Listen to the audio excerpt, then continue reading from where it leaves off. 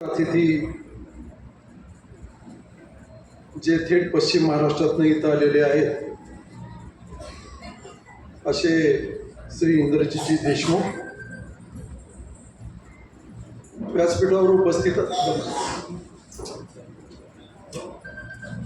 उपस्थित असलेले निवड समितीचे सदस्य नारायणरावजी मोठे सर, तालुका राष्ट्रवादी काँग्रेसचे प्रमुख भाऊसाहेब नाटकर, कालिदास नवले, तालुका मार्केट कमिटीचे सभापती मुजीबभाई,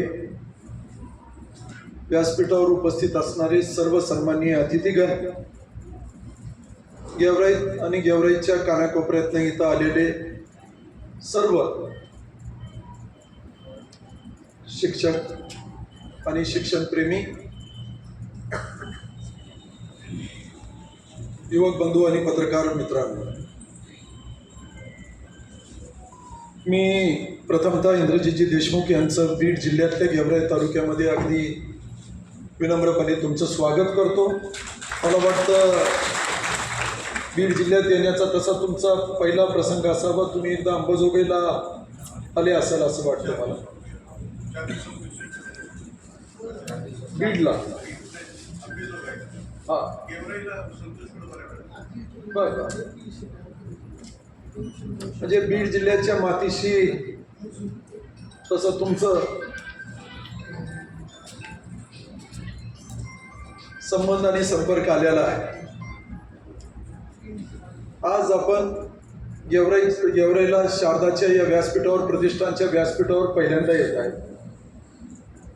17 वर्षापासून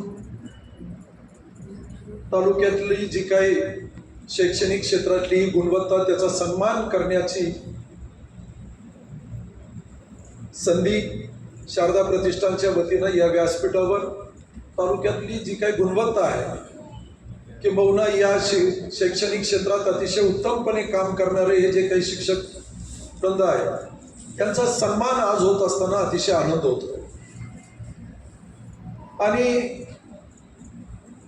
प्रत्येक वर्षी खाजगी शाळेपेक्षा जिल्हा परिषदेच्या शाळेमध्ये होत असलेलं हे काम ऐकून समाधान होत आहे.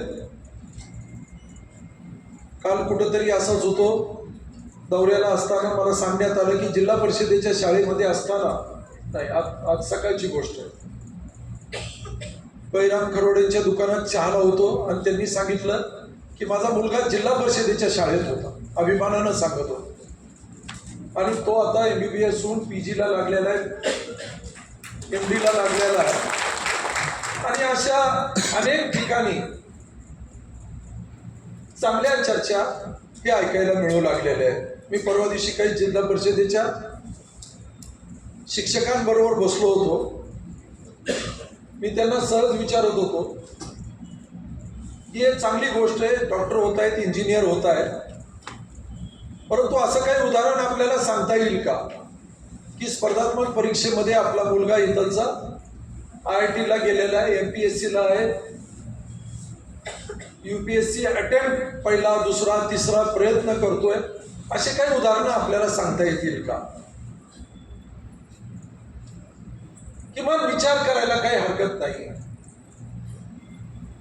आणि म्हणून जिल्हा परिषदेच्या शाळेमध्ये सुद्धा आता इन्फ्रास्ट्रक्चर बऱ्यापैकी आता अपग्रेड होऊ लागलेला आहे.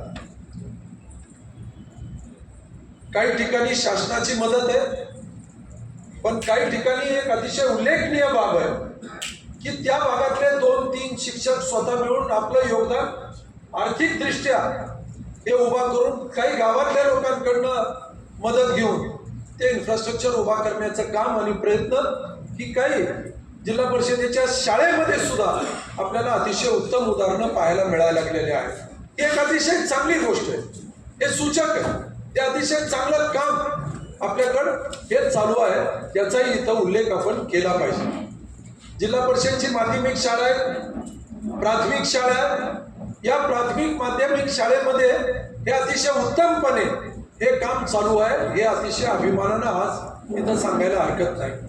मला वाटतं याचा दर्जा अजूनही उंचावला पाहिजे, कारण आता शासनाच्या नवीन धोरणामुळं शाळेतली संख्या ही वाढीस लागल असं नाहीये.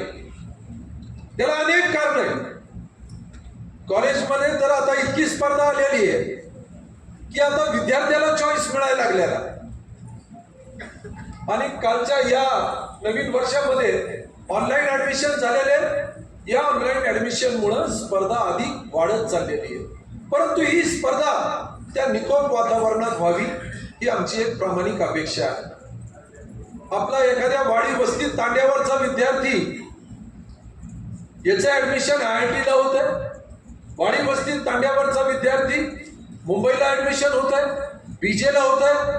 हे अतिशय चांगली गोष्ट आहे. त्यात कसल्याही प्रकारची शंका असण्याचं काही कारण नाही. डॉक्टर इंजिनियर होत असताना निश्चित त्याचा अभिमान आहे. पण आता एक सुजाण नागरिक व्हावं, एखादा एक सुजाण नागरिक व्हावं असं गावात जर काही सामान्य लोकांची तुमच्याकडनं अपेक्षा असावी तर ते गैर नाहीये. माझं डॉक्टर इंजिनियर यांच्याकडे पाहण्याचं मत काही वेगळं आहे असं नाहीये. पण माझी अपेक्षा ही आहे की शेती करणारा सुद्धा एक उच्च विद्याविभूषित ऍग्रिकल्चर मधलं PG करणारा माणूस त्यांनी नोकरी शोधावं असं नको. त्यांनी करत असताना MSc झाल्यानंतरही तो परत त्याच्या शेतात आला आणि बापदादांनी करत आलेली शेती त्याच्यापेक्षा अधिक उत्पादक कशी करता येईल. कालचं मी 5-7 क्विंटल पर्यंत गेलो होतो. आज माझं उत्पादन कापसातलं 18-19 क्विंटल पर्यंत चाललेलं आहे. 15 क्विंटलचे लोक सुद्धा आपल्या तालुक्यातले आहेत आणि 16, 17, 18, 19 क्विंटल पर्यंत मी उत्पादन काढू शकतो. का तर मी आता PG झालेलो आहे आणि PG करत असताना शेती करण्याच्या पद्धती या बदलल्या पाहिजे. नाना काका मामानी मग करत असताना वडिलांनी ज्या पद्धतीने शेती केली त्याच्यापेक्षा पलीकड थोडं अधिक शास्त्रोक्त पद्धतीनं मी जर काही शेती केली तर त्या शेतीचं उत्पन्न निश्चितरित्या वाढल्याशिवाय राहणार नाही. ह्या भावनेने ही मंडळी परत जर काय गावात आली तर त्याचा अधिक आनंद होईल. साठेवाडी सारखं एक गाव जे 80-90% गाव हे ऊसतोडीला जायचं, आज ते गाव थांबलं. परवाच्या दिवशी गेल्या 15 वाड्यात मी त्या गावाला एका खासगी कार्यक्रमाच्या निमित्तानं गेलो. त्यांनी सांगितलं की अभिमानानं सांगितलं की भैया आता आमच्या गावात साधारणपणे 100 पेक्षा कमी लोक असे दिसणार नाहीत की ज्यांचं उत्पादन तुम्हाला 100 क्विंटल पेक्षा अधिकचं कापसाचं झालं. हे असे 100च्या खाली लोक दिसणार नाहीत. याच्यापेक्षा चांगलं काय असू शकत.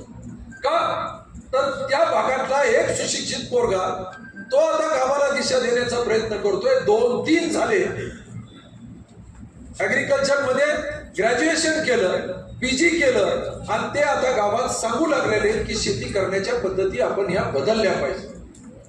ऊसाचं उत्पादन काढणारे 50च्या वर जात नाही, 50-55च्या वर जात नाही. शेती करणारे ज्या वेळेस त्यांचे मुलं डिग्री घेतात, BSc ॲग्री होतात, MSc ॲग्री होतात आणि ऍग्रिकल्चरच्या क्षेत्रात कृषीच्या क्षेत्रात अधिक शिक्षण प्राप्त झाल्यानंतर तो नोकरीच्याच मागे जातो. त्याच्याऐवजी तो परत जर काही शेतात आला तर निश्चितरित्या नोकरीत त्याला जे काही मिळायचंय त्याच्यात अधिक चांगल्या पद्धतीनं तो त्याच्या शेतीत करू शकल. हा विश्वास त्याला देणारा तो कुणी असेल तो शिक्षक आहे. डॉक्टर इंजिनियर होतोय, कौतुकाने आम्ही ऐकतोय, अतिशय चांगली गोष्ट, शंका नाही त्याच्यात. पण आपण कधी कमवतोय तो परत त्याच्या बापदादाने करत असणाऱ्या शेतीमध्ये गेला आणि वडील जे काय करत होते त्याच्यापेक्षा अधिक चमत्कार, चांगला चमत्कार उत्पादनाच्या बाबतीतला घडून आणला त्याच्या शिक्षणामुळं. तर मग खऱ्या अर्थानं त्याला तो चमत्कार म्हणावा लागणार आहे. नोकरीला जाणं मी समजू शकतो. IIT झाला, ग्रॅज्युएट MSc कम्प्युटर झाला, एखाद्या याच्यात IIT मध्ये जाऊन त्यांनी नोकरी करू लागला, एखाद्या मल्टीनॅशनल मध्ये गेला आणि तो नोकरी करू लागला. त्याला चमत्कार मला म्हणता यायचं नाही. ठीक आहे, त्या ग्रामीण भागातला मुलगा शिकला आणि तिथपर्यंत गेला, हे कौतुकच आहे. परंतु परत येतोय तो आणि गावातल्या 4 पोरांना घेऊन अथवा नोकरी करत असताना तो परत येतोय आणि गावातल्या 4 पोरांना घेऊन त्यांनी शेतीच्या क्षेत्रातलं हे चित्र बदलून टाकण्याचं योगदान ज्या वेळेस त्याचं आहे, ही कमाल करणारा तो शिक्षकच आहे. एक सुजाण नागरिक घडवण्याची किमया त्याच्या पालकानंतर जर काही कोण करू शकत असेल तर ते शिक्षक आहे. आणि ते काम आपल्या या गेवराई तालुक्यात व्हावं, ती किमया आपल्या या गेवराई तालुक्यात व्हावी ही तुमच्याकडनं एक अतिशय माफक अपेक्षा आहे. मी अलीकडच्या काळात पाहतो नवीन स्टाईल निघालेली. आम्हाला त्यावेळेस ज्याला आपण म्हणूयात ना इथिक्स शिकवले जायचे. आणि वडिलांना आईला नमन करण्याचं सुद्धा शिकवलं जायचं, वडीलधाऱ्याला नमन करण्याचं शिकवलं जायचं. पण अलीकडच्या काळातली एक स्टाईल झालेली आहे. कुणी भेटल्यानंतर मला माहित नाही ते काय प्रकार आहे, असं करू असं म्हणजे काय ते नेमकं काय असतं इंटरॅक्शन मला माहित नाही. त्याला कुणीतरी सांगावं लागल की असं नाहीये, पायापर्यंत डोकं हे कुणीतरी सांगावं लागल.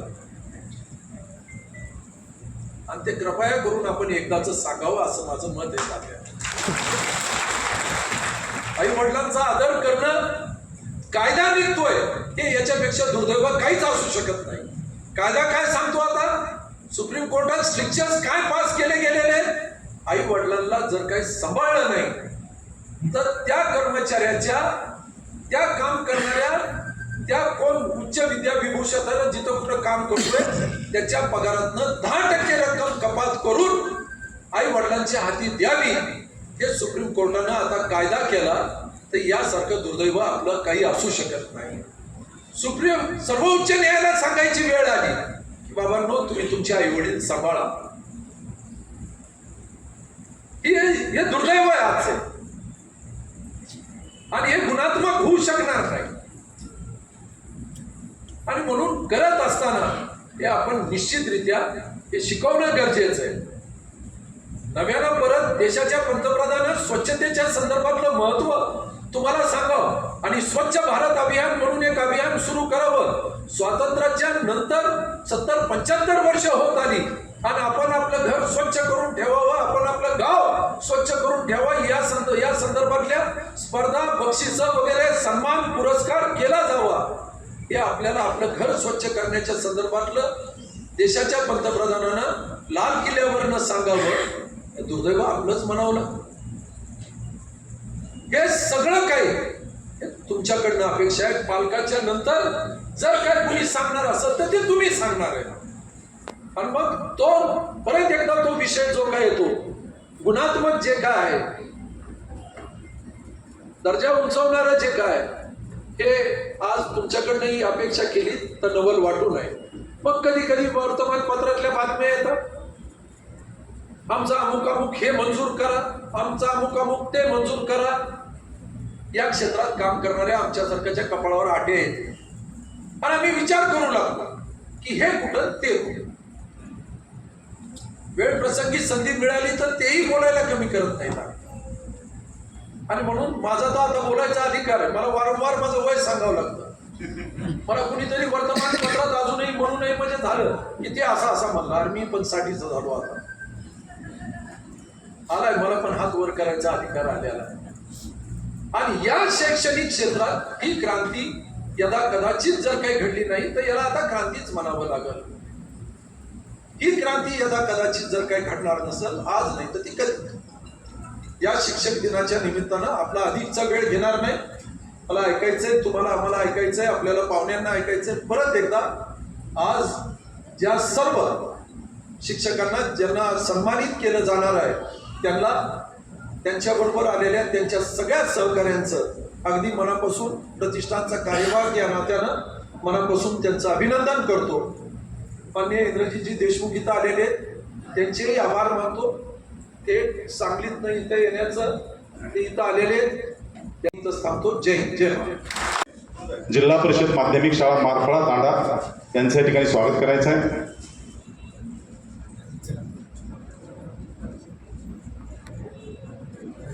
कृती संशोधन, अनुपस्थित विद्यार्थ्यांच्या समस्या, राज्यस्तरीय रंगभरण हस्तांतरण स्पर्धा, उपक्रमशील कलाध्यापन पुरस्कार, कोविड काळात जनजागृती, आम्हाला विशेष आनंद होत आहे. माननीय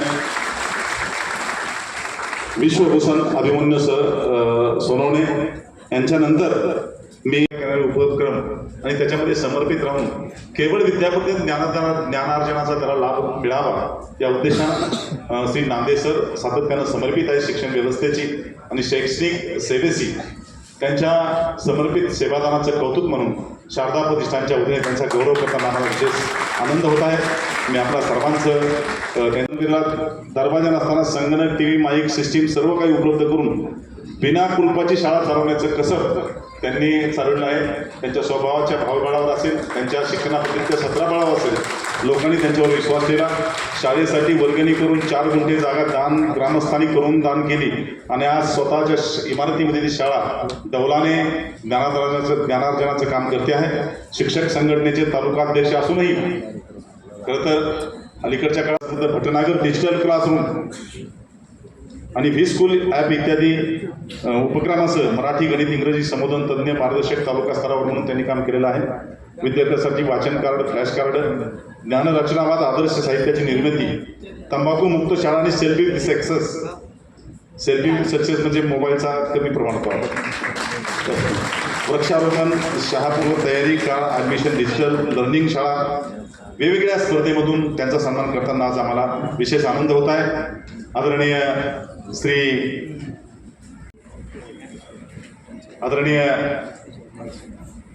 पुष्पांजली गायकवाड यांचं स्वागत.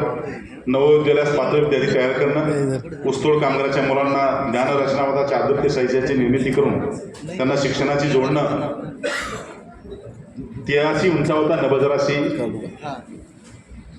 ओळले आणि पसरली ज्योत्स्ना तिची, चंद्र तारे झाकले, कवळीले ब्रह्मांड तिने आता मागू नका दाखले.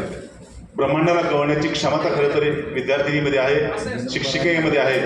हे त्यांनी आपल्या कृतीतून सिद्ध केलेलं आहे आणि म्हणून त्यांनी यजमानासह तुम्ही हात लावा सर.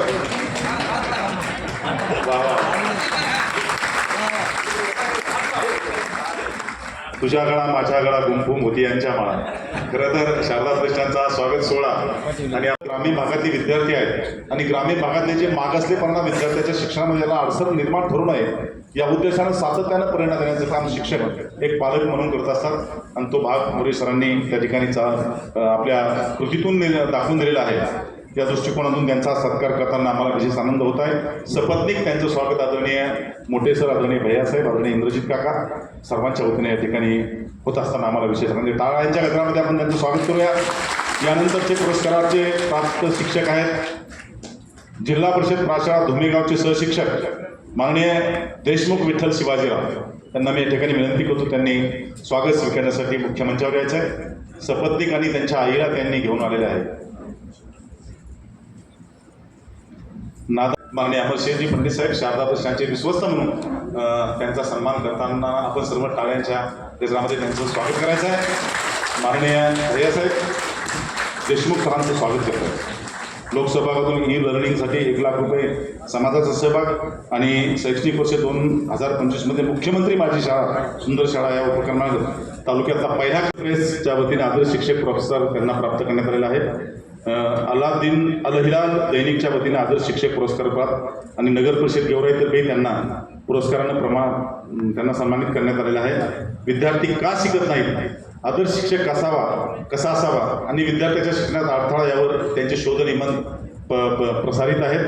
दैनिक तामीर, दैनिक अल हिलाल, दैनिक औरंगाबाद, शमे, रहबर, एशिया एक्सप्रेस या वृत्तपत्राचे विविध लेख त्यांचे प्रसिद्ध झालेले आहेत. 2003 साली समाज सहभागातून शाळेला कंपाऊंड बांधून CCTV कॅमेरे बसवण्यापर्यंत कोविड पुरस्काराने सन्मानित आहेत. स्पर्धा परीक्षेची प्रश्नावली तयार करून देणे आणि त्यांना त्या बाबतीमध्ये ऊर्जा देणं, पुस्तकी संचाचं जतन करणं आणि विद्यार्थ्याला प्रवाहित करणं अशा प्रकारचं सुंदर काम ते या ठिकाणी करत आहेत.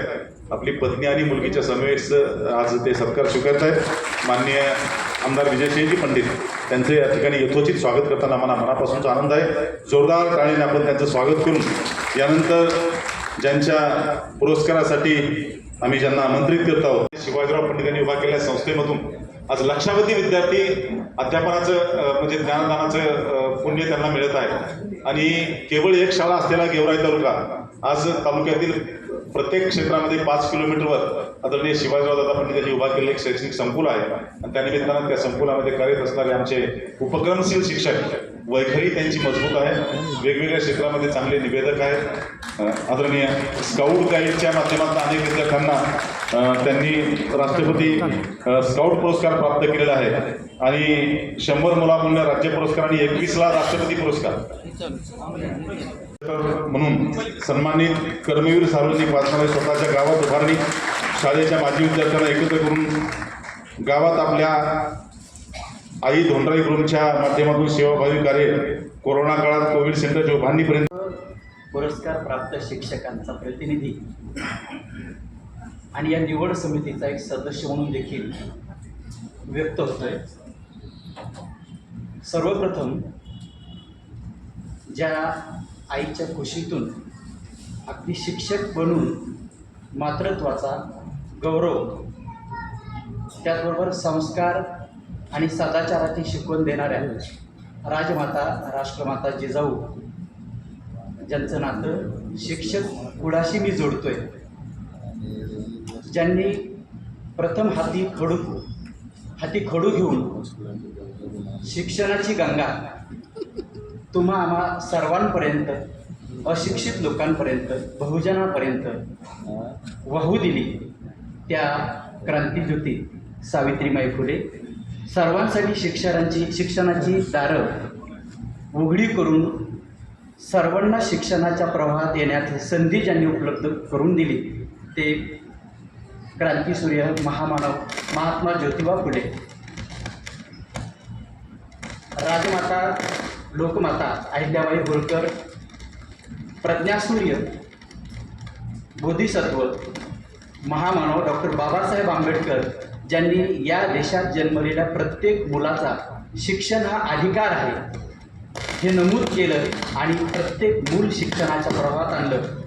त्याचबरोबर ज्यांची नावं मी इथं आणखी घ्यावीत असं या शिक्षण क्षेत्रातील अनेक मोठे विचारवंत, माता रमाई, भीमाई, त्याचबरोबर लोकशाहीर अण्णाभाऊ साठे, त्याचबरोबर शिक्षण महर्षी पंजाबराव देशमुख, कर्मवीर भाऊराव पाटील, विश्वासपात्र अशा सर्व महापुरुषांना आणि ज्यांच्या जन्मदिनाच्या निमित्तानं आज हा सोहळा इथं संपन्न होतोय ते भारताचे भूतपूर्व राष्ट्रपती, पण त्याही अगोदरचे हाडाचे शिक्षक असलेले डॉक्टर सर्वपल्ली राधाकृष्णन या महामानवांना मी सर्वात अगोदर अभिवादन करतो.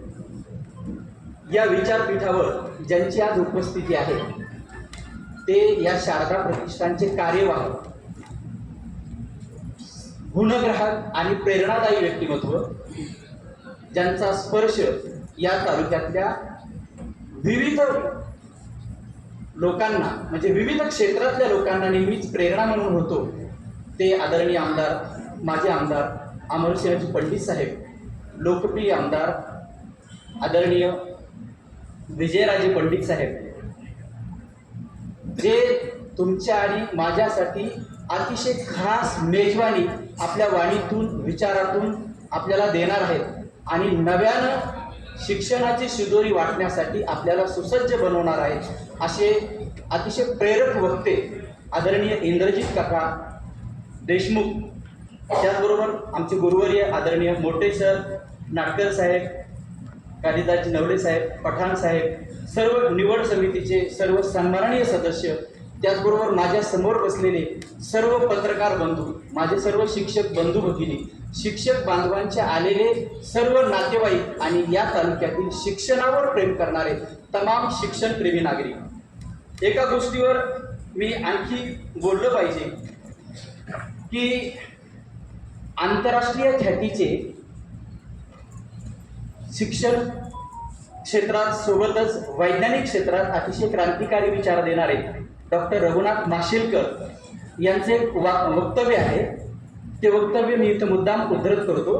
त्यांनी असं म्हटलंय की ज्या देशाला उत्कृष्ट शिक्षकांची कमतरता भासेल त्या देशावर राष्ट्रीय आपत्ती आली असं समजावं आणि या देशाला उत्कृष्ट शिक्षकाची कमतरता भासू नये म्हणून प्रत्येक क्षेत्रात काम करणाऱ्या लोकांना प्रेरणेची गरज असते असं ओळखणारे या देशातील अनेक विचारवंत आणि राजकीय पदाधिकारी आहेत, त्यामध्ये हे आपलं प्रतिष्ठान की आम्हा शिक्षकांना सुद्धा प्रेरणेची गरज आहे आणि उत्कृष्ट शिक्षक आपल्या देशाला कमी होऊ नयेत असं या मंडळींना वाटतं, म्हणून गेल्या 17 वर्षापासून या प्रतिष्ठानमधून शिक्षकांची अशा पद्धतीनं प्रेरणा देऊन त्यांचा गुणगौरव केला जातो. आणखी एक गोष्ट मला इथं सांगायची आहे की अगदी पौराणिक काळापासून भगवान शंकर ते जे कृष्णमूर्ती या 150 साक्षात्कारी महापुरुषाबद्दल ज्यांनी अतिशय उत्कृष्ट भाष्य केलं आणि या जगाच्या विविध क्षेत्रातल्या व्यवस्था कशा आंतरबाह्य बदलायला हव्यात असं धाडसानं सांगितलं, ज्याचं नाव आचार्य रजनीश अर्थात ओशो, ते महापुरुष सांगतात की आजचं जग हे ज्वालामुखीच्या टोकावर जणू उभं आहे आणि या ज्वालामुखीच्या टोकावर उभ्या असलेल्या जगाला जर शांतीची, अहिंसेची, प्रेमाची चव चाखायची असेल तर शिक्षणाशिवाय आणि उत्कृष्ट शिक्षकाशिवाय पर्याय नाही. म्हणून शिक्षक आणि या क्षेत्रात काम करणारा, अध्ययन अध्यापन याशी संबंधित असणारा प्रत्येक घटक त्या राष्ट्राचा उद्धार करू शकतो. अशा प्रकारे त्यांनी देखील शिक्षणाची महती उद्धृत केली आहे. आणखी एक मुद्दा मी नम्रपणे मांडीन की हे प्रतिष्ठान फक्त आमच्यासारख्या तालुक्याच्या कानाकोपऱ्यामध्ये काम करणाऱ्या शिक्षकांचा बहुमान करतं असं नाही, तर या प्रतिष्ठानने गेल्या 23 वर्षापासून अतिशय मौलिक असं काम उभा केला आहे. महात्मा गांधींचा राजकारणाबद्दलचा विचार असा होता की गरिबांच्या कल्याणाचा विचार म्हणजे राजकारण, अगदी त्याच धर्तीवर गरिबांच्या कल्याणाचा विचार म्हणजे समाजकारण, राजकारण असं उद्दिष्ट डोळ्यासमोर ठेवून हे प्रतिष्ठान या तालुक्यातल्या विविध क्षेत्रातल्या लोकांना मदतीसाठी तत्पर आहे. त्याचा उल्लेख मी अभिमानाने केला पाहिजे. त्यामध्ये प्रामुख्याने कवी संमेलन, कृषी प्रदर्शन, व्याख्यानमाला, लोकनृत्य स्पर्धा, निमंत्रितांच्या स्पर्धा, कर्करोग निदान शिबिर, जलशारदा प्रकल्प, 60हून अधिक गावात जलसिंचनाच्या योजना आणि अधिकाऱ्यांचा तालुका म्हणून ओळख व्हावी अशा पद्धतीनं व्यवसाय मार्गदर्शन किंवा स्पर्धा परीक्षेचं मार्गदर्शन केंद्र अशा विविध क्षेत्रात हे प्रतिष्ठान काम करतंय. आणि या प्रतिष्ठाननं या क्षेत्रात काम करताना परत एकदा अशा मेजवानीची आम्हाला 17 वेळा ही 17वं पुष्प आज तुमच्यासमोर घुमतंय आणि अर्धा मिनिट शेवटचा मी फक्त एका गोष्टीवर बोलतो की या प्रतिष्ठानची जी निवड समिती आहे ती निवड समिती मला अभिमान वाटतो की ती सार्वभौम आहे. सार्वभौम हा शब्द यासाठी मी वापरला की या शिवछत्र परिवार किंवा शारदा प्रतिष्ठान या मंडळींचा कुठलाही हस्तक्षेप या निवड समितीसाठी नसतो. कोणत्या शिक्षकांचा गौरव झाला पाहिजे हे तुम्ही उघड्या डोळ्यानं पहा आणि म्हणून ही समिती अत्यंत निष्पक्षपातीपणे या तालुक्यातल्या अनेक कानाकोपऱ्यातल्या शिक्षकांचा गौरव करते. ती गौरव करताना शिक्षण विभागाकडून आलेली माहिती आणि असंख्य स्रोतांच्या आधारे कामाची त्याची विद्यार्थी प्रियता, त्यानं राबवलेले उपक्रम, त्याने राबवलेले प्रयोग, त्याबद्दल समाजामध्ये असणाऱ्या भावभावना अशा असंख्य गोष्टींचं संकलन करून अतिशय वस्तुनिष्ठ आणि पारदर्शपणे कुठलाही प्रस्ताव न मागवता या शिक्षकांची निवड करते. आणि गेल्या 17 वर्षापासून मी या संस्थांचा म्हणजे या प्रतिष्ठानचा एक छोटासा निवड समितीचा सदस्य असूनही माझ्याही कामाचा गौरव या समितीतल्या इतर सदस्यांच्या कामाचा जसा गौरव झाला तसा माझ्याही कामाचा गौरव या समितीने केला. त्याबद्दल मी त्यांचा अतिशय ऋण व्यक्त करतो. आणि मला इथं 2 प्रश्नाच्या संबोधनामध्ये ज्यांना संबोधित केलं ते सर्वजण आणि माझ्यासोबत माझ्या आजूबाजूला मला समर्थ साथ देण्यासाठी बसलेले आदरणीय प्रिया, आदरणीय आमदार साहेब, सर्व वंदनीय गुरुवर्य, स्वतःच्याच पायावर समर्थपणे उभे असणारे आणि शक्यतो माझं भाषण संपेपर्यंत टिकून राहणार आहेत अशी अपेक्षा असणारे, पाठिंबा असणारे सर्व वंदनीय गुरुवर्य. कारण नृत्याचे प्रकार 3 असतात. हौसे, कैसे आणि नवसे. हौसे असतात ते वेळेत येतात, समोर बसतात. नवसे असतात ते मध्ये असतात, पदाधिकाऱ्यांना दिसावं, आम्ही हे कळावं, असे असते. गौसे मध्ये असतात, मान सुंदर करून दाखवत राहतात की आम्ही आहे, आमची दखल घ्या. गौसे आणि नवसे असते दारावर उभे असतात. बरंच चाललंय का बघायचं नाही तर पाठीमागच्या जायचं. हा कार्यक्रम सर्वांकडे कसं असावं शिक्षकांना या प्रत्येक क्षेत्रातले शिक्षक गुरुवरी निवडले वेगळे साहित्य भाषणामध्ये सांगितले की याची एक योग्य होती, याचा अंपायर होता तो न्यायालयाला होता, निकाल देणारा होता. त्यामुळे निवड झालेल्या सगळ्यांना न्याय मिळालेला आहे त्यांच्या कामाला असं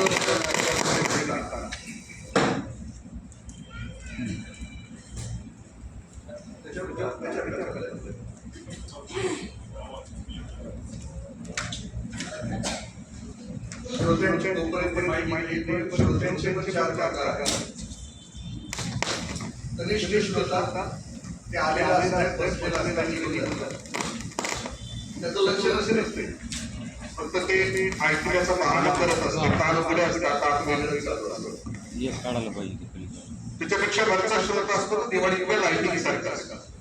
ती लाईट येते जाते, तसं तो श्रोता वक्ता मोठ्याने बोलला काही हसू पिकलं तर तेवढंच त्याचं लक्ष असतं, अन्यथा मन हिंदे गाडी.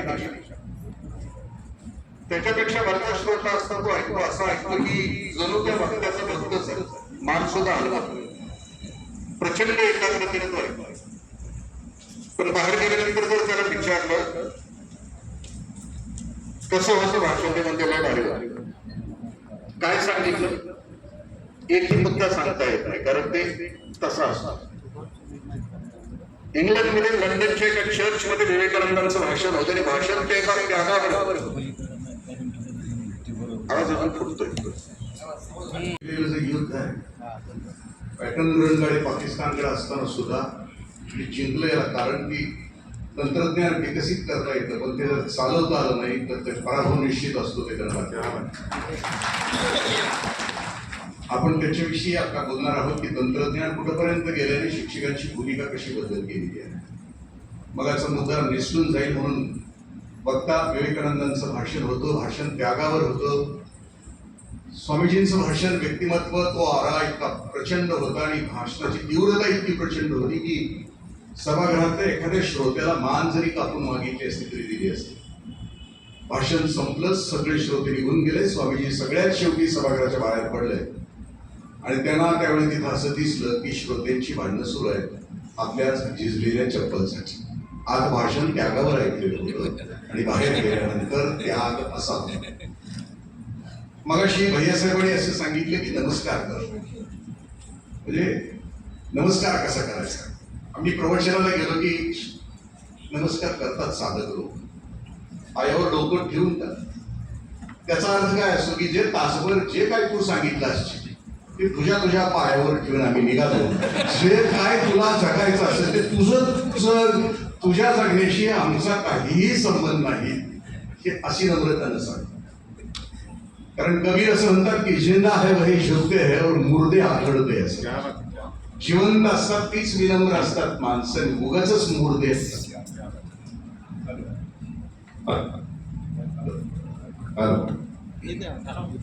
त्याचं कारण असं आहे की कसदार माणसांच्याकडेच या गोष्टी असतात. ताठ असतात की माणसं, मी आता म्हटलं की विनम्रता किंवा तो नमस्कार कोण घालू शकतो. आमच्याकडे मानमोडी नावाची एक ज्वारी आहे, मानमोडी ठिकाणीचं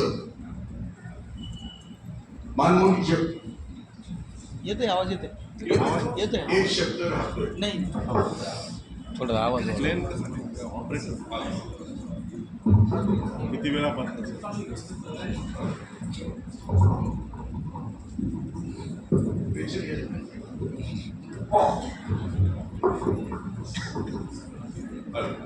त्याला आवाज द्या. आपण कसदार माणसांच्या विषयी गोष्ट करतो आहात कारण हा कसदार माणसांचा कार्यक्रम आहे. आदर्श या शब्दाचा अर्थ आहे की आम्हाला जे हवं आहे तिथपर्यंत पोहोचत आणि आमच्या बाकीच्यांच्यासाठी आम्ही जिथं आहेत तिथून त्या आदर्श पावलेल्या व्यक्तींच्या पर्यंत पोहोचणं, ते अंतर कापण्यासाठी जे लागतं त्याच्यासाठी आजचा कार्यक्रम. मग कसदार माणसं असतात ती कशी असतात. मी आता म्हटलं की जिंदा आहे वही झुकते. आमच्याकडे मानमोडी नावाची ज्वारी आहे, तिचं ताट अर्धा फुटाचं असतं, कसदार असतं, त्याचं कणीस कसदार असतं, त्याचे दाणे कसदार असतात. पण त्या मानमोडी ज्वारीचं वैशिष्ट्य असं आहे की तिला ज्या वेळेला कणीस यायला सुरुवात होते त्यावेळेला त्याचं सुद्धा खाली येतं, मान कृतज्ञता व्यक्त करतो, तेरा वैभव अमर रहे मान. त्या मातृभूमीला वंदन करत. कसदार असतात ती अशी माणसं असतात अजिबात म्हणजे मार्गाधारे वर्तावे, विश्व हे मोहरे लावावे, अलौकिक न व्हावे लोकांकडे. ती स्वतःला विशिष्ट असं समजतच नाही, ती सहज म्हणजे मगाशी सर माझं वर्णन करत असताना मी त्या ज्ञानेश्वरीच्या ओव्या सगळ्या आठवत होतो. तुकोबरायांचं मान दंभ चेष्टा ही तो शुक्राची निष्ठा, म्हणजे मान सन्मान जो स्वीकारतो तो शुक्राची निष्ठा करत असतो. शुक्र म्हणजे कोण सांगण्याची आवश्यकता. मानमोडी ज्वारीनंतर आता हायब्रिड व्हरायटी आली CSH1 to CSH3 त्याचं ताट उगच एवढंच असतं. ना कणीस कसतात, ना ताट कसतात, ना दाना कसतात, उगच ताटत असतात. छोट्या छोट्या गोष्टीने ताटणारी माणसं असतात ती तशी असतात. नमस्कार करायचं तर तितका झुकून मनापासून, आणि जिथं भव्यता आहे, जिथं दिव्यता आहे, जिथं चांगलं आहे तिथं हे करणं अपेक्षित. मी एक वाक्य आताच युरोप मधल्या एका D.H. लॉरेन्स नावाच्या विचारवंतांना असं सांगितलं होतं, असं शिक्षणाविषयी असं म्हणतो आहे की आता जगभरातल्या सगळ्या शिक्षण संस्था बंद कराव्या तर शिक्षणच बंद करून टाकावं, 100 वर्ष बंद करावं असं. त्याचं कारण असं आहे की तो असं म्हणतो की शिक्षणाने जो माणूस तयार केला तो अहंकारी तयार केला, तो आत्मकेंद्रित तयार केला, तो स्वतःभोवतीच केंद्र तयार केला. मग जर अशी माणसं तयार होते तर शिक्षण हे जर अमृत असेल, शिक्षण घेऊन माणसाला आपल्या आयुष्याचा आनंद सापडत नसेल तर ते कशासाठी द्यायचं असं मी नाही म्हणत, असं D.H. लॉरेन्स असं म्हणतो.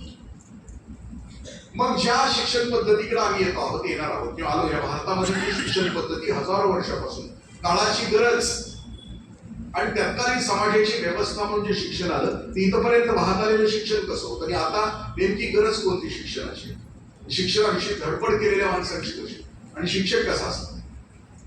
एक मोबाईलचा आवाज कोणाचा असेल ज्यांच्या मानाखाली येत असून त्यांना नम्रता तुमची तुमच्या त्या स्क्रीनवर आहे, त्याला विनंती आहे जरा माना ताक करा. आणि जी गोष्ट माणसात आल्यानंतर माणसातून उठवते ती माणसात आल्यानंतर बंद असावी, ही साधी सभ्यता सभागृहातल्या लोकांच्याकडे असावी. आज म्हणजे ज्यांना मोबाईल आजच घेतला आणि बंद करायचं माहित नाही त्याला एक लाल रंगाचं बटन आहे, तसं नरड दाबा. कारण त्या गोष्टीपर्यंत आम्ही आलेलो आहोत. त्या पुस्तकांचे मी जाता जाता आपल्याला वर्णन करणार आहे की आपल्या पुढे जी लेकरं येत आहेत आणि त्या लेकरांच्या पुढे ज्या समस्या आहेत किंवा माणूस घडत असताना ज्या गोष्टी घडवण्यासाठी ज्ञानेश्वरीमध्ये माऊलींची ओवी अशी की विधी ते पाळीत निषेधा ते गाळीत माझं कर्म फळे जाणीत पुढे जाणार. एखादी व्यक्ती घडायची असेल, एखादं कुटुंब घडायचं असेल किंवा एखादं राष्ट्र घडायचं असेल तर विधिवत त्याचा स्वीकार केला पाहिजे, म्हणजे त्याग जे आहे त्याचा त्याग केला पाहिजे. या देशामध्ये शिक्षण हजारो वर्षापूर्वी होतं ते कसं होतं, हजारो वर्षापूर्वी इथं आशीर्वाद दिला जायचा, कारण त्यावेळेला 4 पुरुषार्थ आणि त्या 4 पुरुषार्थामध्ये शिक्षण 8व्या वर्षापासून सुरू व्हायचं ते 24 वर्षापर्यंत. ती त्यावेळेची गरज होती आणि त्या गरजेमध्ये त्यावेळेचा आशीर्वाद काय होता की अष्टपुत्र सौभाग्यवती भवन, अष्टपुत्री सौभाग्यवती. 8 मुलं आणि 8 मुली, म्हणजे लग्न 24व्या वर्षी. 8 ते 24 वर्ष तो गुरुदेवांच्याकडे असला पाहिजे.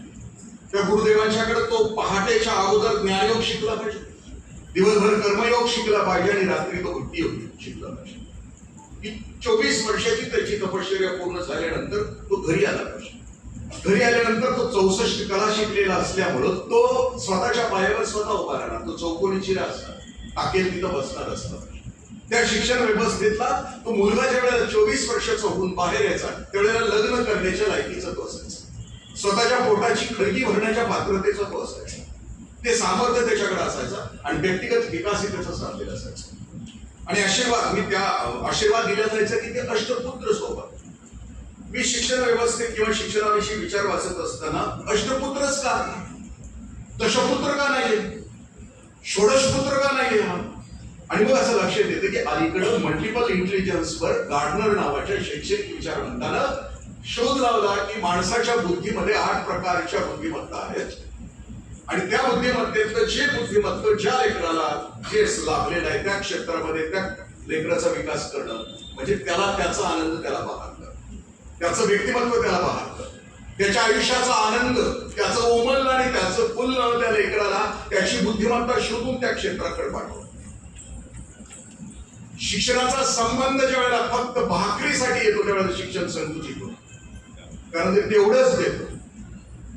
आम्ही सुद्धा आमच्या शिक्षणाचा संबंध काही पॅकेज, प्रेस्टिज आणि प्रॉपर्टी 3P साठी लावला तर शिक्षण तिथपर्यंतच मर्यादित राहील. आम्ही ज्या शाळेत शिकलो, आम्ही जिल्हा परिषदेच्या शाळेत शिकलो, परंतु त्यावेळेला आमच्या शाळेचं नाव होतं जीवन शिक्षण विद्या मंदिर. म्हणजे आम्ही ज्या घरात वाढत होतो ते घरच सामाजिक व्यवस्था होती, शाळा सामाजिक व्यवस्था होती. काळ बदलत निघाला, त्या बदललेल्या व्यवस्थेनुसार आता आपण आलो डिजिटलवर. पण आपल्याला ऐकून हैराण वाटेल की नेदरलँडमध्ये राजकीय निर्णय झाला की नेदरलँड मधल्या सगळ्या डिजिटल शाळा बंद करून टाकल्या. कारण त्यांचं असं म्हणणं आहे की म्हणजे सजीवाचा संबंध सजीवाशी असला पाहिजे तरच ते शिक्षणाचं संक्रमण नीट होतं. आणि त्या व्यवस्थेमध्ये ज्या वेळेला आम्ही देतो, कारण आता संपत चालला तो आपण ज्या शिक्षण व्यवस्थेमध्ये शिकवत आहोत त्या शिक्षण व्यवस्थेमध्ये माहितीमध्ये शिक्षण हे तर संपत चाललं. कारण माहिती आता तुमच्या बोटाच्या स्पर्शावर येऊन ठेवलेली आहे आणि ती तुम्हाला देते, त्या गोष्टी देते. पण मी त्या शिक्षणापासून येतोय की हजारो वर्षापासून आताच्या शिक्षण व्यवस्थेपर्यंत आपण आलो. या शिक्षण व्यवस्थेनं आम्हाला दिलं की आता हे पाठीमागं पडत चाललं. कारण ज्या सामाजिक व्यवस्थेमध्ये आम्ही आहोत त्यातल्या त्यात 1990 नंतरची जनरेशन झेड जी आता तुम्ही शिकवली किंवा आता शिकवणार आहात पुढच्या पिढीला, त्याला जनरेशन अल्फा असं म्हणतो. विलक्षण जनरेशन समोर येते. हा बदल विलक्षण आहे कारण आम्ही ज्या पिढीमध्ये म्हणजे भैयासाहेब आणि आम्ही ज्या पिढीमध्ये जन्माला आलो त्यावेळेला आमचं शिकणं, आमचं सामाजिक शिकणं आमच्या घरातच होतं. माझ्या घरामध्ये आम्ही 9 जण, म्हणजे आम्ही 4 भाऊ आणि 5 बहिणी, चुलते सगळे एकत्र, 70 माणसाचं कुटुंब. जन्माला आल्यापासून एक सामाजिक व्यवस्था घरातच आम्ही शिकत होतो. वेगवेगळ्या स्वभावाच्या माणसाशी कसं वागावं हे घरातच, कम्युनिकेशन स्किल आमचं घरातच व्हायचं. रागीट माणसाशी कसं दबून दाबून, प्रेमळ असलं तर त्याला कसं चिकटायला जावं, बडबड करणारं असलं तर त्याच्यापासून लांब कसं जावं, म्हणजे त्या घरामध्येच आम्ही ह्या सगळ्या व्यवस्था शिकत होतो. काळ बदलला. 1990 पर्यंत हम दो हमारे दो, माँ बाप एक दो, सामाजिक व्यवस्थेपर्यंत पोहोचले. 2 चौकोनी कुटुंब. आणि 1990 नंतर ज्या समाजामध्ये तुम्ही आम्ही राहतो तो हम दो हमारा एक बजाज, एकच बाळ आणि तिघांचं कुटुंब. आणि 1990 नंतरच्या काळाला अच्युत गोडबोले सर म्हणतात की या काळामध्ये सुरू झालंय चंगळवादाचं थैमान. बायर्स मार्केट झालं.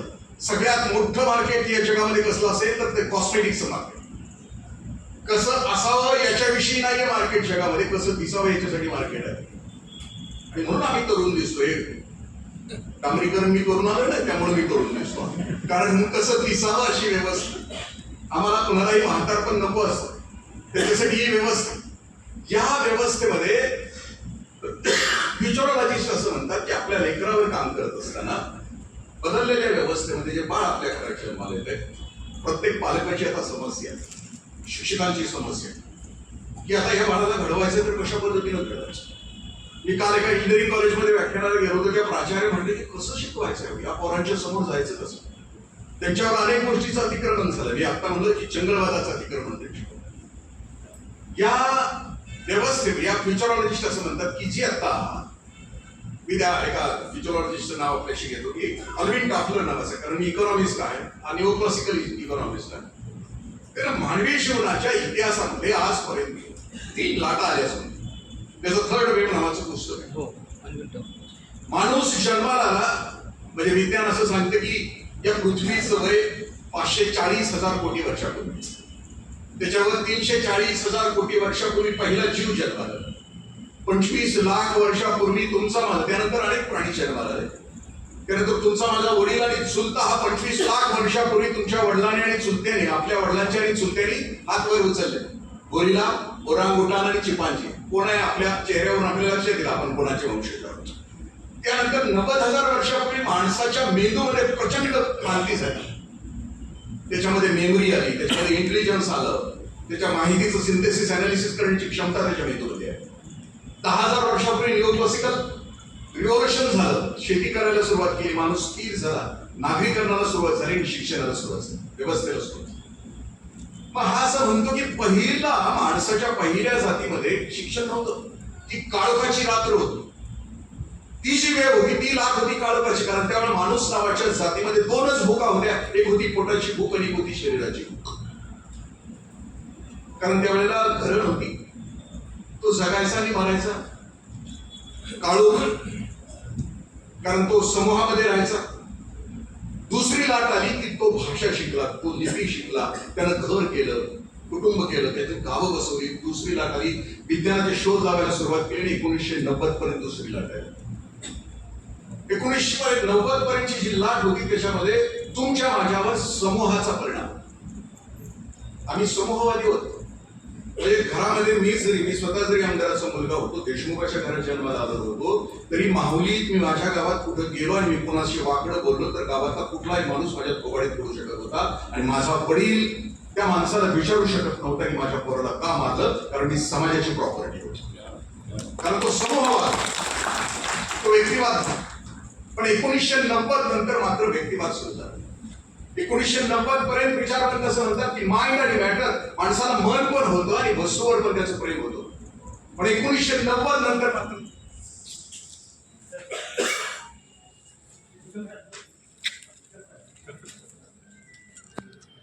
चांगली गोष्ट आहे. 1990 नंतर जी पिढी आता येते ती व्यक्तिवादाकडे निघाली. माझा विचारवंत असं म्हणतात की या पिढीला जर तयार करायचं असेल तर ती कोणाच्या संगतीमध्ये येणार, ती कोणाच्या सहवासामध्ये येणार त्याच्यावर येणार. आताची जी पिढी आपल्या अवतीभोवती येते आहे आणि ती कशी आहे त्याच्या असं लक्षात येते की इथं असत्याचा विजय होतो आहे. त्या पिढीच्या असं लक्षात येते की इथं वाईटांच्या जगात वाईटच पहिला येतो आहे. तिच्या असं लक्षात येते की इथं हिंसा आणि घृणा प्रचंड वेगानं पसरते आहे. तुम्ही बघा ना, हिंसा आणि घृणा कुठपर्यंत पोहोचली. आपण परवा वाचली असेल बातमी, मुंबईच्या शाळेतल्या 4थीच्या 3-4 मुलींनी आपल्याच वर्गात एका मुलाचा खून केला. त्याचे 3 तुकडे केले, वर्गातल्याच डस्टबिन मध्ये. अहिल्यानगरमध्ये 8वीच्या मित्रानं 10वीच्या मुलाचा खून केला. हिंसा घृणा ज्या आता पिढीमध्ये आपण येतो आहोत, हिंसा घृणा की आता प्रेशर कुकर पर्यंत पोहोचली. हिंसा घृणा आता फ्रीज पर्यंत पोहोचली. आणि दुसऱ्या बाजूला मगाशी भैया साहेबांनी सांगितले त्याला चांगला माणूस करता येईल. मग त्याला माणूस करण्याच्या या गोष्टीमध्ये त्याला देत असताना कोणकोणत्या गोष्टी त्याला, म्हणजे त्याच्या कोणकोणत्या गोष्टीचा विकास होणं अपेक्षित. माणसाला ते वैभव दिलेलं आहे आनंदी राहण्याचं आणि चांगलं घडण्याचं व्यवस्था त्याने केलेली आहे. कारण निसर्गाच्या फॅक्टरीतला सगळ्यात शेवटचं मॉडेल कुठलं असेल तर ते माणसाचं. त्याच्यानंतर दुसरं मॉडेल पुढचं तयार झालेलं नाहीये. योगी अरविंदांनी त्यांच्या आश्रमामध्ये सलग 37 वर्ष तपश्चर्या केली एकाच खोलीमध्ये राहून. आणि त्यांनी त्या पराशक्तीला एक विनंती केली होती की एक नवीन माणूस तयार, की तो नवीन माणूस कसा असेल की ज्याच्या आतमध्ये द्वेष नसेल, मत्सर नसेल, हिंसा नसेल, घृणा नसेल, असा एक नवीन माणूस तयार. नाही केला. इव्होल्युशन आहे. क्रमविकासाच्या सिद्धांतानुसार माणूस बाहेरून बदलत चालला, पण आतून जसा होता पूर्वी तसाच आहे. हिंसा आणि घृणा तिचे तसंच. मग ह्या व्यवस्थेमध्ये आम्हाला त्या गोष्टी आणता येतील का? त्यासाठी शिक्षक आणि घरातले पालक कसे असले पाहिजे. पालकांच्याकडून आपण शिक्षकांच्याकडे जाऊ. आम्ही सगळे पालक आहोत. आपण कोणत्या प्रकारचा पालक आहे पहिल्यांदा शोधू आणि मग शिक्षक नावाच्या गोष्टीकडे आपल्या वर्गामध्ये, कारण घराचं प्रांगण शाळेपर्यंत असलं पाहिजे असं म्हटलं आणि शाळेचं प्रांगण घरापर्यंत पसरलेलं असलं पाहिजे. माझ्या समोर असलेले 40 लेकरांच्या त्यांच्या हृदयापर्यंत मी जर पोहोचलेलो असेल, त्यांच्या पाठीमागच्या पार्श्वभूमीपर्यंत मी जर पोहोचलेलं असेल तर त्याला जे मी दिव्यत्व मला द्यायचं आहे ते कोणत्या प्रकारचं द्यायचं आहे मला त्याचं भान येईल झालं असं. या पालकत्वामध्ये पहिल्या प्रकारचा पालक कोणता आहे बघा, हुकुमशा प्रकारचा पालक. घरात दहशत असते. याच्यामध्ये तो पण असू शकतो आणि ती पण असू शकते. आपल्या घरात कोण आहे आपला आपण बघायचं. कुणाचा आवाज ऐकल्यानंतर घरामध्ये सामसूम होते. कोणाला हिटलर म्हटलं जातं. त्या व्यवस्थेमध्ये कम्युनिकेशन नसतं. अनेकांच्या मध्ये कम्युनिकेशन नसतं. जाता जाता भरत दिवशी मी बोलतो. दुसऱ्या प्रकारचा पालक आहे खबित्रे पालक. नकारच देत नाही. त्याला वळण लावण्यासाठी या गोष्टीचं ताडण करणं आवश्यक आहे. ते ताडण करत नाही. मग हे लेकरू कोणाला तरी प्रपोज देतो 16व्या वर्षी. याला नकाराची सवय नसते. मग अमृता देशपांडे, जानकी तुपे, रिंकू पाटील यांची खांडोळी होती रस्त्यावर. पुढचा पालक आहे निग्लेक्टेड पालक. तुझं तू जग, माझं मी जगतो. तुला जसं जगायचं, पण तू माझ्या जीवनामध्ये तू हस्तक्षेप करायचं नाही. मी तुझ्यासाठी एटीएम सेंटर आहे. तुला पैसे माग, तुला ब्रँडेड शूज, ब्रँडेड कपडे, ब्रँडेड मोबाईल, दिल मागे मोर माग, तुला दे.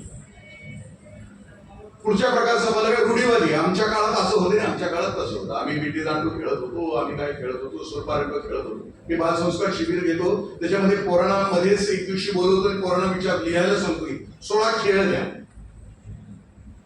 15 मोबाईल मधलं खेळले तरी एक क्रिकेट तेवढा मैदानावरचा खेळ. आणि आम्ही म्हणतो की आम्ही जुने.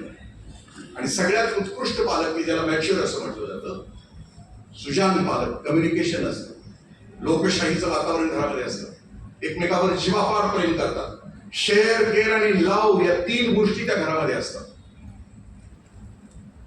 हेच वातावरण ज्यांच्या आयुष्यामध्ये, ज्यांनी आपल्या प्रोफेशन मध्ये उतरलं ते आदर्श शिक्षक असतात. माणूस फक्त एकाच शाळेमध्ये आदर्श असू शकत नाही. तो रस्त्यावर पण आदर्श असतो, तो घरात पण आदर्श असतो, तो दारात पण आदर्श असतो, कारण ती गुणवत्ता त्याच्यामध्ये असते. 4 प्रकारची माणसं असतात या जगामध्ये. अपयशी माणसं, म्हणजे यांना मी का जन्मात आलोय काहीच माहित नसतं. मोठं आयुष्याचा येतंय, जगतंय आणि मरतंय. तुकोबरायांच्या भाषेमध्ये आला आणि ह्याला देऊन मेला, आलं, जगलं, मेलं. आमच्याकडे आता तिसऱ्यालाच करा म्हणते. 13 दिवस असतात म्हणजे आता माणसं म्हणजे तिसऱ्यालाच उरका, कारण 13 दिवस याला ध्यानात ठेवण्यासारखे हे जगलेलंच नसते ना. कशाला तिसऱ्यालाच उरका. आयुष्यामध्ये असा कधी उजेड पडलेलाच नसतो ना, इकडं तिकडं कुठंच. कोणी लक्षात ठेवायचं मी जन्माला का आलो, मी नोकरी का करतो, या पृथ्वी तलावर मला काय करायचं आहे, माझ्या जीवनाचं प्रयोजन काय, या गोष्टी त्याला कळतच नाही शेवटपर्यंत. सॉल्मन ग्रँडीच्या कवितेसारखं असतं त्याचं जगणं. सोमवारी जन्माला येतंय, मंगळवारी मोठं होतंय, बुधवारी ह्याचं लगीन होतंय, गुरुवारी ह्याला पोरं होते, शुक्रवारी हे आजारी पडतंय, शनिवारी लईच आजारी पडतंय, आठवारी कोणतंही नाही. कोणतीही चमक, एक झलक सुद्धा आयुष्यामध्ये नसते. डुप्लिकेट अपयशी माणसं असतात. याच्यानंतर थोडीशी विकसित झाली, त्यांना कळतं की मी काय जन्माला आलो, मी शाळेमध्ये कशासाठी येतो, मी ऑफिसमध्ये कशासाठी येतो, काय करतो, हे त्यांना कळत असतं. पण ह्यांना जगायचं नसते, जगताच येतो. म्हणजे मी म्हणतो ना, काही माणसं नाथराय असं म्हणतात की काही माणसं माशी सारखी असतात. इधर बी हाय, उधर बी हाय. ती इकडं पण असतात आणि तिकडं पण असतात. प्रवचन कीर्तनाला पण असतात आणि तिकडं पण असतात. सगळीकडे संचार यांचा असतो. पण त्या माशीचं वैशिष्ट्य काय असतं की माशी जाळावर बसत नाही, कारण तिला माहित असतं की तो मृत्यू असतो. डुप्लिकेट अपयशी माणसं, यांना मारायचं नसतं, हाय त्याच्यातच जगायचं असतं. जडत आलं येत. म्हणजे समजा आमच्याकडे जर कर्मचारी तसा असेल तर तो कसा असतो, मी 25 वर्ष प्रशासनामध्ये काम केलं. 10 वाजता यायचं, फायली काढून ठेवायच्या, बघायचं इकडे तिकडे. सकाळीच गिऱ्हाईक काढून ठेवलेलं असतं, सकाळच्या चहाचं, संध्याकाळच्या चहाचं. 12, 12:30 वाजता याच्या काही पेशीला गती मिळते, चहा प्यायचा असतो. 1:30 वाजता लंच टायमिंगला यांच्या दुसऱ्या पेशीला गती मिळते, डबा खायचा असतो. ही भूक लागली म्हणून खात नाही, डबा आणलेला म्हणून खातात, कारण नेला नाही तर संध्याकाळी बायको काय. दुपारी 4 वाजता पुन्हा नाही, याला चहाची. 5:45 वाजता गठुडं बांधून ठेवतात असं. आणि बॉसच्या केबिनकडे बघतोय, ते जातोय का थांबतोय. बॉस थांबला 5:45च्या पुढे तर मेला शिव्या खाऊन गो, याला काय बायका पोरं नाहीत का, याला काही नाही खाते. म्हणजे डुप्लिकेट अपयश. मी नुकताच व्हिडिओ कराड म्हणून जॉईन झालो होतो आणि त्यावेळेला माध्यमिक शिक्षकांचे सहविचार सभा त्यावेळेला चालू होती. आणि मला इस्लामपूरला तिथल्या माझ्या एका ओळखीच्या प्राचार्याने मला बोलवलं. शनिवारी दुपारी काय 4 वाजता मी गेलो, नवा होतो, नुकताच होतो, जॉईन झालो होतो. आणि असं त्या ग्राउंडवर उभा राहिला, अजून बघतोय. मला कोणीच ओळखत नव्हतं त्यावेळेला. 2 नवीन लागलेले, इकडे एक माझ्या उभं राहिले, इकडे एक माझ्या इकडे उभं राहिलेले, 1, 2 दोघ जण. शे हिकडच्याला म्हणते, ह्यांच्या बाणी शनिवारी ठेवलं होतं का प्रशिक्षण, ह्यांच्या बाणी. आता ही उगवणारी पिढी येते आहेच, आणि तिचं मनोगत ऐकल्यानंतर मी निम्मागार झालो होतो की आता आज जायचं का नाही. पण हे प्रकरण इथंच संपायला पाहिजे. मी जाधव सरांच्या शेजारी जाऊन उभा राहिलो आणि निवृत्तीला आलेले शेवटी तिकडून लांब ओरडत होते, जाधव सर आलाय का नाही वागता, तुम्हाला एक नाही काय बायका पोर म्हणून आमच्याकडे नाही. आता ह्या दोघांच्या मधून मी कसा गेलो असेल आणि कसा बोललो असेल आपल्या लक्षात आलं असेल. डुप्लिकेट अपयश. मी आता शेती करतोय, नोकरी सोडल्यानंतर 8 वर्ष झालं, भांगलायला बायका येतात माझ्या. एक चांगली भांगलणारी माऊली अशी पुढे सर पात घेऊन जाते. जी डुप्लिकेट अपयशी असते ती मागणं तिला असे काढावं, तुझा पुतळा बांधायचा. जे करतोय त्याला करू देत नाही आणि आपण पण करत नाही. डुप्लिकेट अपयशी माणसं. मी हे जे वर्णन करतोय हे कोणाला लागू पडत असेल तर तो योगायोग समजावा. माना उंच करून एकमेकाकडे बघू नका, कारण प्रत्येकाला असं वाटत असलं की हे ह्याला बोलतंय कुणाला, आपल्याला. मी सुद्धा देशामध्ये डुप्लिकेट यशस्वी माणसं असतात. या शिक्षक पुरस्कारासाठी निवड समिती होती, ती प्रांजळ होती, पारदर्शक होती. डुप्लिकेट यशस्वी माणसं आपला पुरस्कार प्राप्त होत म्हणजे इथं नाही, सगळ्याच क्षेत्रामध्ये, आमच्या क्षेत्रामध्ये डुप्लिकेट यशस्वी कुणाला म्हणायचं, ती नेहमी बॉसच्या समोर असतात, अवतीभोवती असतात, चमकदार असतात, 1-2 मोबाईल असतात, एखादा टॅबलेट असतो, उगाच तुरु इकडे पळून प्रचंड ऍक्टिव्ह असतात. यांचं ब्रीद वाक्य असतं, नाही तर म्हणायचं नाही आणि करायचं तर. त्यांना एखादं काम सांगितलं की म्हणते येस सर, आठवड्यानंतर यांना विचारलं तर नो सर. यांचं ब्रीद वाक्य असतं, नाही तर म्हणायचं नाही आणि करायचं तर नाही. तीच डुप्लिकेट यशस्वी दिसतात आपल्या आजूबाजूला, असतात, चमकदार असतात. आणि यशस्वी असतात ती कर्तव्याच्या बाजूला असतात, ती जबाबदारीच्या बाजूला असतात, ते आपल्या जगण्याला न्याय देणारे असतात, आपल्या अस्तित्वाला न्याय देणारे असतात, ते आदर्श असतात. तिथून तिथपर्यंतचा जो प्रवास आहे आपला आदर्श तिथपर्यंत, माझी प्रत्येक कृती ही जबाबदार आहे, माझी प्रत्येक कृती ही कर्तव्याकडे घेऊन जाणारी आहे, माझी प्रत्येक कृती ही उच्चतम जीवन मूल्याची प्रतिनिधित्व करणारी माझी प्रत्येक कृती आहे. तिथपर्यंत पोहोचणं म्हणजे तो आदर्श असतो. आपण आमच्या जगण्याला, कारण तुकोबाराय म्हणतात की येईल शेवटी कोण कामा काय जाब देशी ये म्हणून. शेवटच्या क्षणाला आपल्या सगळ्या आयुष्याचा जाब काय देशी. तुला 3.5 हाताचा देह दिला होता, तुला मन दिलं होतं, तुला बुद्धी दिली होती, तुला एवढं सगळं दिलं होतं सामर्थ्य, तू काय केलंस. मन दिलं होतं, शरीर दिलं होतं, बुद्धी दिली, शरीर भोगायला, मन आणखी काय तरंग करायला, बुद्धी पाप करायला. कशासाठी हे सगळं ऐश्वर तुला दिलं होतं, या प्रश्नाच्या उत्तराची तयारी करणं म्हणजे आपल्या आयुष्याची उंची डे बाय डे, कालच्यापासून आजपर्यंत वाढवत राहणं तिथपर्यंत असतं. मी म्हटलं की लेकरू घडत असताना डॉक्टर अब्दुल कलाम सरांनी एक दशसूत्री दिली शिक्षकांची. शिक्षकांची दशसूत्री. एक शिक्षक राष्ट्रपती होतो म्हणून शिक्षक दिन साजरा करता येतो. अब्दुल कलाम सर म्हटले होते की मी मात्र ज्या वेळेला मृत्यूला समोर जाईल त्यावेळेला मी शिक्षक म्हणूनच गेलेलो असेल. ज्यावेळेला एक राष्ट्रपती पुन्हा शिक्षक होण्याचा दिव्य विचार करतो तो शिक्षक दिन असतो, तो शिक्षक. म्हणजे आम्हाला सत्तेकडे जायला काय नाही ना, अडचण नाही. मी शिक्षक असतो तर सत्ता प्राप्त करायला अडचण नाही, पण सत्ता सुटल्यानंतर पुन्हा शिक्षकी पेशा स्वीकारणं याच्यातच त्या शिक्षकी पेशाचं दिव्यत्व आहे, त्याच्यातच त्याचा मोठेपण आहे. कारण तो तितका दिव्य आहे. म्हणून अब्दुल कलाम सर म्हटले की मला परत शिक्षक व्हायचं. त्यांनी शिक्षकांच्यासाठी दशसूत्री लिहिली. तो शिक्षक कसा असला. पहिलं वाक्य असं आहे, ते असं म्हणतात की शिक्षकाचा चेहरा किमान वर्गात तरी हसतमुख असला पाहिजे. सूत्र या शब्दाचा अर्थ की प्रचंड आवाका तेवढ्या 4-5 शब्दामध्ये बसवलेला असतो, त्याला सूत्र असं म्हटलं. म्हणजे व्यवहारामध्ये सूत्राने असं सांगितलं ते सूत्र नाही, ते आम्ही ऐकतो.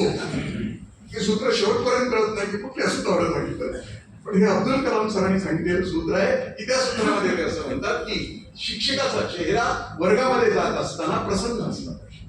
विवेकानंद असं म्हणतात की माणूस हा समाजप्रिय प्राणी आहे, तर समाजामध्ये जाताना त्याच्या चेहऱ्यावर कायम हसू असलं पाहिजे.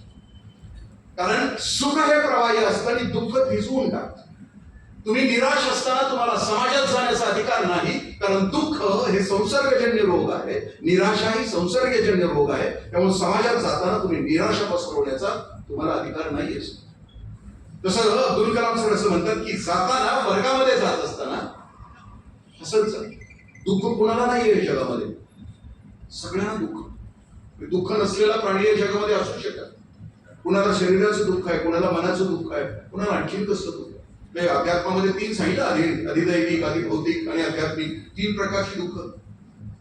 पण आज जात असताना मात्र त्या अनमोल लेकरांच्या समोर जात असताना प्रसन्नतेनं सुखप्रवाही आहे. मी आपल्याला असं विचारलं की 2 लेकर आपल्याकडे, कारण सुख स्वीकारतं माणसं, सुखाच्या वेळेला स्वीकार होतो. इथं जे मनापासून ऐकतायत ना त्यांना आता पाठीमागं कुठलंही म्हणजे एवढं मोठं दुःख नाही की विचलित मन व्हावं. पण कोण ऐकत नाही की जसं मगाशी म्हटलं की एखादं लेकरू ऐकत नाहीये, ते सारखं दाराकडे बघतंय. का बघतंय ते ज्या वेळेला कळतं, कारण त्याचा ऍक्सेप्टन्स त्या वेळेला. मी आपल्याला सांगितलं की सुख स्वीकारार्ह कसं असतं. मी आपल्या समोर 2 लेकरं ठेवली. एक आमच्यासारख्या अधिकाऱ्याचं देखणं चिकणं मटेरियल सारखं भोकाड बसत, सारखं रडते. आणि एक झोपडीतला आहे, शेमडा आहे, मेकडा आहे, आणि हसतंय सांग, आणि येईल त्याच्याकडे झेपावतंय, मला घ्या मला घ्या. मी आपल्याला प्रश्न विचारला की या 2 लेकरातल्या कुठल्या लेकराचा स्वीकार तुम्ही करा. दिसायला चिकन आहे त्याचा, जे हसतंय त्याचा स्वीकार करा. कारण सुख ही प्रवाही आहे. तुम्हाला तुमचे आवडणारे शिक्षक तुमच्या काळात आठवा. तुमच्या वर्गात येणारा जे झंझावात घेऊन येत होते, आत येताना ज्यांच्या चेहऱ्यावर प्रसन्नता होती तेच शिक्षक आपल्या लक्षात. दुर्दैवाने माणूस नावाच्या प्राण्याला हसणं दिलं आहे, मी विसरून गेलेलो. हसतच नाही, कायम 4 एरंडेलच्या बाटल्या पिल्यासारखं होतं. अख्ख्या जगाचं दुःख जणू माझ्याच टकोऱ्यावर आहे. मग हे आयुष्यभर हसलेले नसतात. मग म्हातारपणी हे नाना नानी पार्क मध्ये जातात, कारण आयुष्यभर हसलेलंच नाही, जीवनाचा आनंद लुटलेलाच नसतो. मग यांच्यासाठी नाना नानी पार्क मध्ये ह्यांना हसवायला येते ते हसी योगवाल, ते ह्यांना हसवते. ह्यांच्याकडे बघून बाहेर 1 4 वर्षाचं पोरगं निरागस हसत असते. मग आपलं जमलिंग होते. हे खरं सुखप्रवाही आज जात असताना. दुसरं ते म्हणतात की गो इन टू देअर शूज. त्या लेकराला शिकवत असताना त्यांच्या वयाचं तेवढं तितकं छोटं त्यांना समजेल असं तिथपर्यंत इतकं आपला स्वभाव काय आहे की म्हणजे काही संस्थांच्या मध्ये, काही शाळांच्या मध्ये शेलका माल बाजूला काढला जातो. 80 90 100 वरचा त्यांचं ते येते. मग डिजिटल बोर्ड लावलेले असतात. ते म्हणतात की नाही, ते शेवटच्या लेकरापर्यंत गो इन टू देअर शूज, त्यांच्या लेकरापर्यंत तिथपर्यंत भाषा पोचली पाहिजे. संत साहित्यामध्ये असं म्हटलं जातं की समजा एखादं बाळ रडत असेल, छोटस बाळ रडत असेल, आणि जर तत्वज्ञानाचा अभ्यासक माझा असेल, माझ्यासारखा असेल, तर तो बाळाला शांत करताना कसा शांत करेल. बाळा, आत्मा कधी रडला होता का? ब्रह्म कधी रडलं होतं का? माया कधी रडली होती का? बाळ शांत नाही होत. पण त्या बाळाची 8-9 वर्षाची बहीण बाहेर येते, त्या बाळाला उचलते आणि त्या बाळाला म्हणते अडगुलं मडगुलं सोन्याचं कडगुलं. म्हटलं की त्या बाळाला समजतं, ते शांत होतो. त्या बाळाला शांत करण्याची, त्याच्या अवस्थेपर्यंत पोहोचून त्याला शिकवण्याचं त्या शिक्षकाचं कसं असतं. तिथपर्यंत पोहोचणं. मगाशी कोणीतरी शिक्षक म्हटले की त्या आहेत तिथं आदर्श शिक्षक, तिथल्या लेकरांच्या गावात त्यांच्या भाकरीची व्यवस्था करून, ते जाणार नाही त्याची व्यवस्था करून काम करणारे ते शिक्षक आहेत. तिसऱ्या प्रकारचं शिक्षक त्यांनी सांगितले की शेवटच्या लेकरापर्यंत तुमचं विद्यादान हे शेवटच्या लेकरापर्यंत पोहोचलं असतं. शिक्षण तज्ञ रमेश पालसी असं म्हणतात की 35 मार्काचं पासिंग आम्ही त्या लेकरासाठी ठेवलं तर त्याला 65 मार्कापासून आम्ही वंचित ठेवतो. ते 65 मार्काचं ज्ञान त्याला देत नाही. ते असं म्हणतात की ते 35 मार्क त्याला पडलेले आहेत, ते कॉपी करून त्याला पाडले, पाठांतर करून पाडले, तर समजून घेऊन त्याला पाडलेले आहेत, हेही समजण्याची त्याची व्यवस्था नाही. मग किमान ज्ञान जे आम्ही शिकवत आहोत, देणार आहोत, ते ज्ञान किमान शेवटच्या त्या माणसापर्यंत पोहोचलं पाहिजे. म्हणजे तुम्हाला जो संदेश द्यायचा आहे तो संदेश त्या लेकरापर्यंत शेवटपर्यंत पोहोचला असतो. नेपोलियन सेनापती झाला आणि त्यानं पहिलं काम कोणतं केलं असेल तर आपला संदेश सैन्य दलातल्या शेवटच्या माणसापर्यंत त्याला तो पोहोचवता आला पाहिजे. त्याची व्यवस्था त्यानं काय केली, त्याच्याकडे 41 बटालियन्स होते, त्याचे 41 कॅप्टन त्यानं बोलवून घेतले आणि 41 कॅप्टनला एक काम दिलं.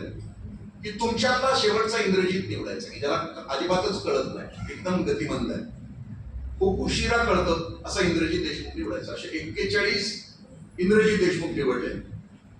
एक पुन्हा सल्लागार समिती नेमली.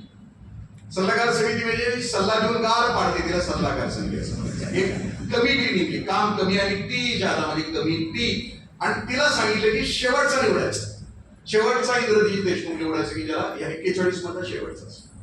त्यांनी तो निवडला आणि मग नेपोलियननं त्याला आपलं छत्रधारी नेमलं आणि मग तुझ्या वेळेला GR पास करायचा,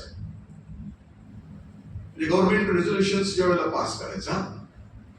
पूर्वी एकदा आदरणीय सुधाकर नाईक साहेबांनी काही GR परत पाठवले कारण त्याची भाषा खूप जड होती. म्हणजे मराठी भाषाच होती ती, पण ती जड होती. चक्रमुद्रित प्रतीक म्हणजे आता आपल्याला सायक्लोस्टाईल त्याला म्हणावं लागतं तसं न समजणारी होती म्हणून पुन्हा बारीक करायला.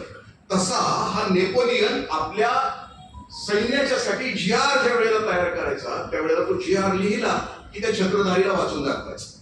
त्याला विचारायला जायचं तुला कळतं, कळालं? तो नाही म्हटलं की आणखीन बारीक केला जायचा, आणखीन बारीक. इतक्या वेळा तो लिहिला जायचा, पुन्हा पुन्हा पुन्हा पुन्हा इतक्या वेळा लिहिला जायचं की जोपर्यंत त्याला कळत ते म्हणत नाही सगळं कळालं तोपर्यंत GR फायदा व्हायचं नाही. म्हणजे याला कळालं की आपल्या सैन्याला कळालं, जिंकणं सोपं होऊन जातं. मला जे ज्ञान द्यायचं ते मी शेवटच्या लेकरापर्यंत पोहोचवण्याची माझी व्यवस्था. एक पुढची फक्त आणखी एक सूत्र मी आपल्याला सांगतो आणि मग समारोप करेन. शिक्षकांना ते असं म्हणतात की त्याच्याकडे बापाचा धाक आणि आईची हाक असली पाहिजे. लेकराला शिकवत असताना शिष्ट पद्धतीने नको म्हणताय, कारण तुम्ही मौल्यवान देत आहात त्याच्यासाठी काहीतरी वैशिष्ट्यपूर्ण द्या. कारण तो असं म्हटलं जातं की तुमच्या पुढचं प्रत्येक लेकरू वेगळं, 40 घरातली 40 लेकर. जसं की महात्मा गांधी म्हणायचे की तुमचा वर्ग हा समाजाचं प्रतिबिंब असला पाहिजे. सगळ्या घरातली ते लेकर तिथं असले पाहिजेत आणि त्याचा सोशल हेल्थ आहे ती बळकट झाली पाहिजे. मग ती बळकट होत असताना त्या लेकरांना समर्थित करत असताना पूर्ण ओथंबलेला तो शिक्षक असला पाहिजे. त्याच्या डोक्यामध्ये ती भावना असली पाहिजे. गंमत अशी आहे की शिक्षकी पेशाविषयी मी असं म्हणत राहतो बऱ्याच वेळा की हे सगळ्यात मोठं दान आहे.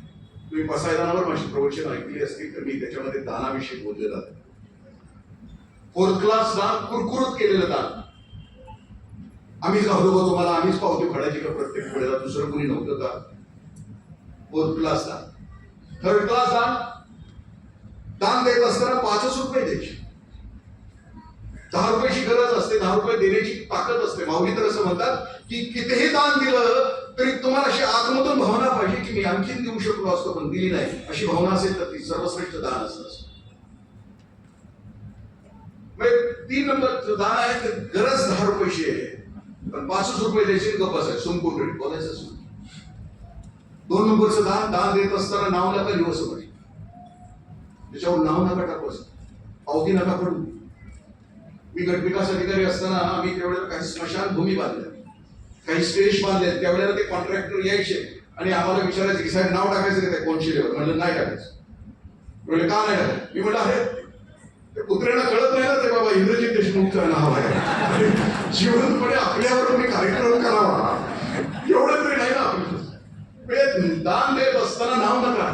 उत्तर भारतामध्ये एक सुफी संत होऊन गेले रहमान खान नावाचे, रोज सकाळी 1 तास दान द्यायचे. पण दान देत असताना ते डोळे बंद करायचे, मान खाली घालायचे आणि दान द्यायचे.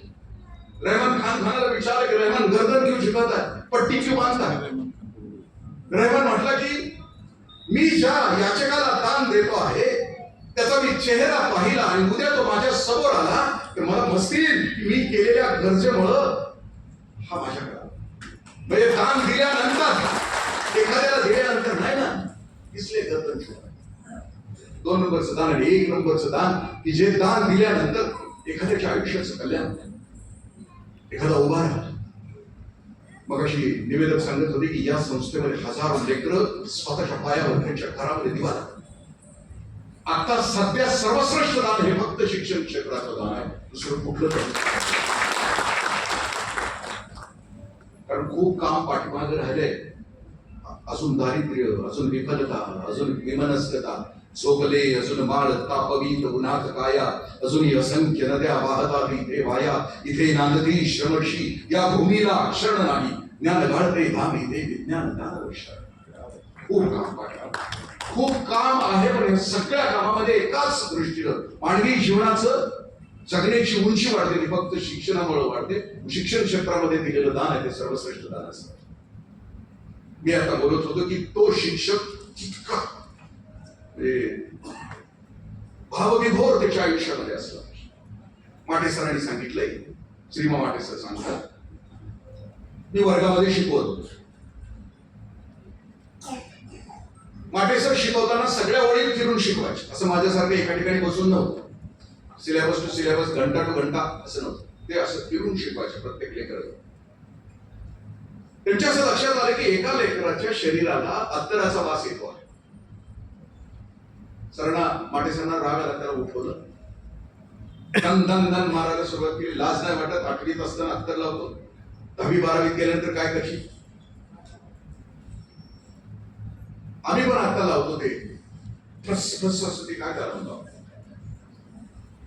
ते परदेशामध्ये 8-8 दिवस ती माणसं आंघोळ करत नाही म्हणून ते मारतात. येणे आपण रोज करूया, आपल्याला कशाला दुसऱ्यावर इम्प्रेशन मारण्यासाठी. तोच मुद्दा घेऊन माटेसर त्या लेकराशी बोलत होते की आता अत्तर मारतोस, 11वी 12वी गेल्यानंतर काय करशील? इम्प्रेशन मारण्यासाठी काय करशील? मारणं एका बाजूला, ज्याच्या जीवनाला संबंध नसतो त्याला बाहेरच्या अत्तराची गरज भासते. अशी वाक्य टाकत होते आणि मारत होते. 10 मिनिटाचं मारणं संपलं, पुन्हा पुस्तक हातामध्ये घेतलं आणि माटेसरांनी शिकवायला सुरुवात केली. शेजारचा मुलगा उठला, तो म्हणला की सर त्याला मारायला नको होत. म्हटले का? सर त्याची आई आजारी आहे, तरी झोपून असते, त्याची धाकटी बहीण अपंग आहे आणि सर तो उत्पत्तीच्या कारखान्यामध्ये काम करतो. सर रात्री 8-10 तास उत्पत्त्या ओढल्याशिवाय सकाळी त्याच्या घरात चूल पेटत नाही, तो शाळेत येऊ शकत नाही. सर त्याच्या शरीराला जो वास येतो आहे ना, तो रात्रभर वळलेल्या उत्पत्तीचा आहे. माटे सरांनी त्याच्यामध्ये लिहिले. माझ्या हातातलं पुस्तक गळून पडलं. त्या लेकराकडे गेलो, त्याला घट्ट मिठी मारली, त्याच्या मस्तकावर अश्रूंचा अभिषेक केला. माटे सर असं म्हणतात की मगाशी लेकरू वाया जाईल म्हणून थोबाडीत मारल्या, तो बापाचा धाक होता, पण चुकीच्या कारणासाठी लेकराला मारलं तर पोरग भविष्यामध्ये विकृत होईल म्हणून त्याला मिठी मारून त्याच्या मस्तकावर अश्रूंचा अभिषेक केला. ती आईची हाक होती, ती आईची हाक.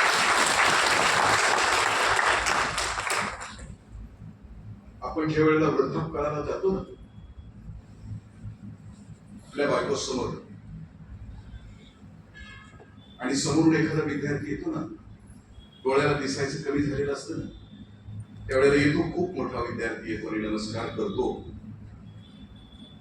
आईला नमस्कार करतो. तो विद्यार्थी सांगतो की बाई मी तुमचा त्या सालातला विद्यार्थी. त्या लेकरानं त्यावेळेला त्या बाईंना केलेला नमस्कार हा त्या मॅडमसाठी पद्मभूषण पुरस्कार असतो. हे तर मिळत राहते. आयुष्याचा पुरस्कार कोणता असतो? की आपल्या चांगल्या वागण्यामुळं आम्ही कुणाच्या तरी चेहऱ्यावर आयुष्यभर हास्य करू शकतो. हा जगातला सर्वोत्कृष्ट पुरस्कार. हे तर आहेतच, पण त्याच्या पलीकडचा एसटी मध्ये तुम्ही प्रवास करता आणि प्रवास करता करता तुम्हाला जागा नाही भेटत, मग विद्यार्थी तुमचा उठतो म्हणतो की सर बसा ना, मी तुमचं यश आलं विद्यार्थी. तो तुमच्यासाठी मॅक्सेस पुरस्कार असतो. हे आयुष्यातले हे भाग्य दुसऱ्याला नाहीये. माझ्या आया बहिणीनो, माझ्या गुरुदेवानं तुमच्याकडे भाग्य आहे. दरवर्षी 40 पोरं 35 वर्षामध्ये 1500 पोरांचं आईबाप होण्याचं भाग्य कुणाला या जगामध्ये तुमच्याकडेच आहे ना. माझ्या आयानं माझ्या बहिणीनं देवकी होण्याचं भाग्याबरोबर यशोदा होण्याचं भाग्यही तुमच्याकडे आहे. कारण 40 कृष्ण रोज तुमच्या पुढे येत आहेत. कोणत्या जन्माचं पुण्य घेऊन आला म्हणून तुमच्या वाट्याला एवढं मोठं सुख प्राप्त झालं. सगळ्यात मोठा पुरस्कार जन्माला घालून तुम्हाला शिक्षक केलं, हा सर्वात मोठा पुरस्कार.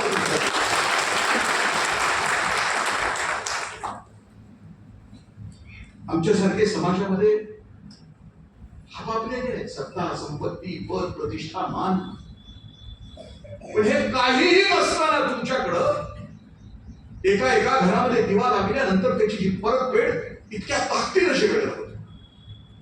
परतफेड खूप श्रेष्ठ ते मस्त.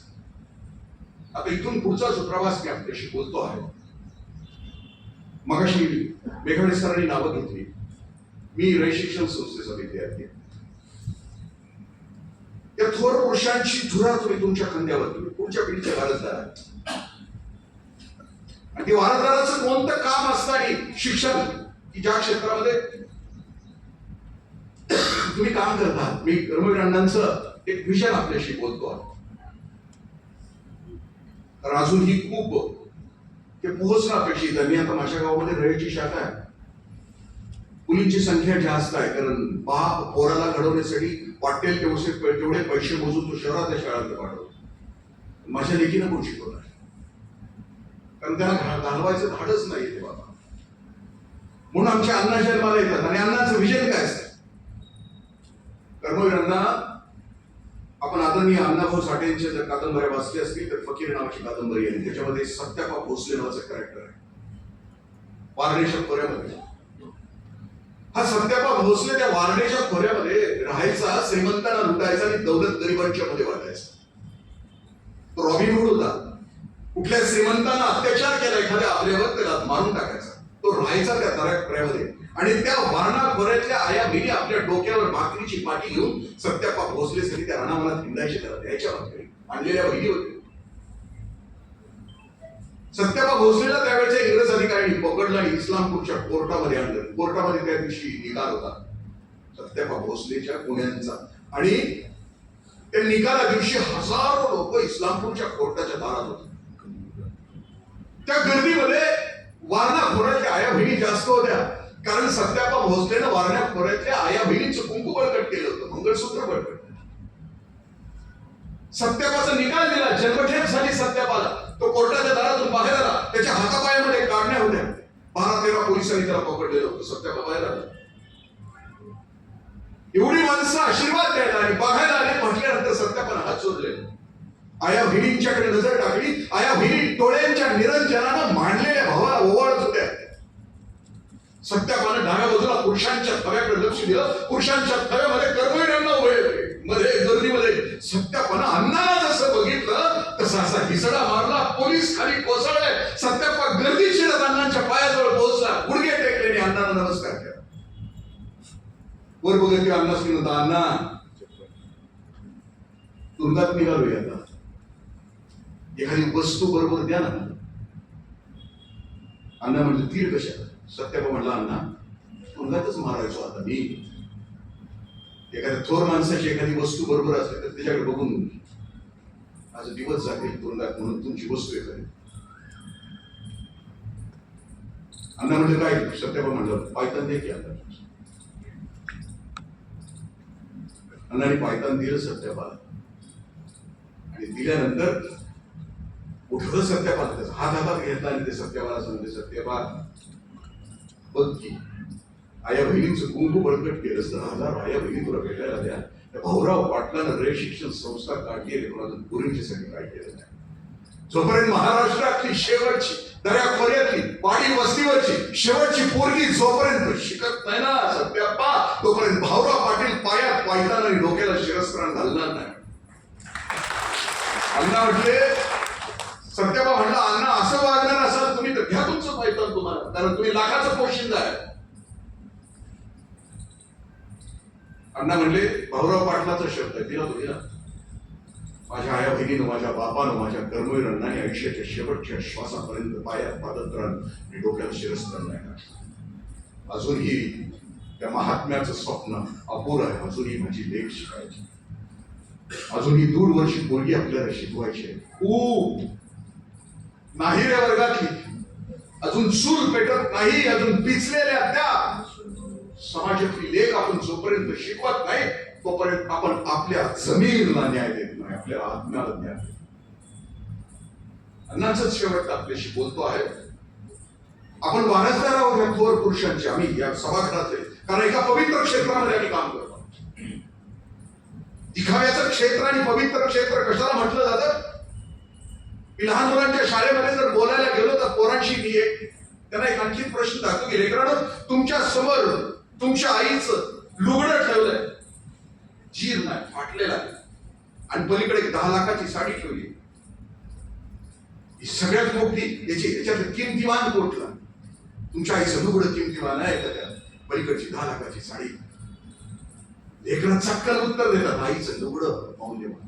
त्यांना कळतं, कारण आई झिजली, आई पिचली, आईने सांग केला आणि मला उठवलं, तिला माहितीये जे झिजतात ते पवित्र असतात आणि त्यांच्या वाट्याला ते सगळे. अण्णा शेवटपर्यंत मी असं म्हटलं की ते, पण आपण वारसदार आहोत ना त्याच्या, या सगळ्या मगाशी सरांनी जी नावं घेतली मगाशी राणी, सगळ्यांच्या आयुष्यातली दिव्यत्वा आमच्यामध्ये. कारण दुष्यंत कुमारांचं एक वाक्य आहे, दुष्यंत कुमारांची कविता आहे उत्तर भारताचे स्वातंत्र्यानंतर काही मोजके कवी हिंदीमध्ये झाले त्यातले, जो लोग मर चुके थे मौजूद थे सवाल. ज्यांनी तुमचं माझं आयुष्य समृद्ध करण्यासाठी आपल्या आयुष्याचा होम आणि त्याग केला, ते तुमच्या माझ्या हृदयामध्ये आज विराजमान आहेत, आणि ते असले तरच आमच्या जीवनाची कृता आम्ही तिकडे जातो. अण्णा पायात पायताना ही दुपारी 11:30 वाजता 11:15 वाजता फर्ग्युसन कॉलेजच्या हॉस्टेलवर पोहोचले. फर्ग्युसन कॉलेजच्या हॉस्टेलवर बॅरिस्टर पी.जी. पाटील राहत होते. 11:15ची वेळ. Barrister P G. पाटील, आताच राहुल थिएटर आहे तिथं पूर्वी न्यू हिंद थिएटर होतं, आणि त्या थिएटरला वॉर अँड पीस नावाचा चित्रपट लागलेला होता.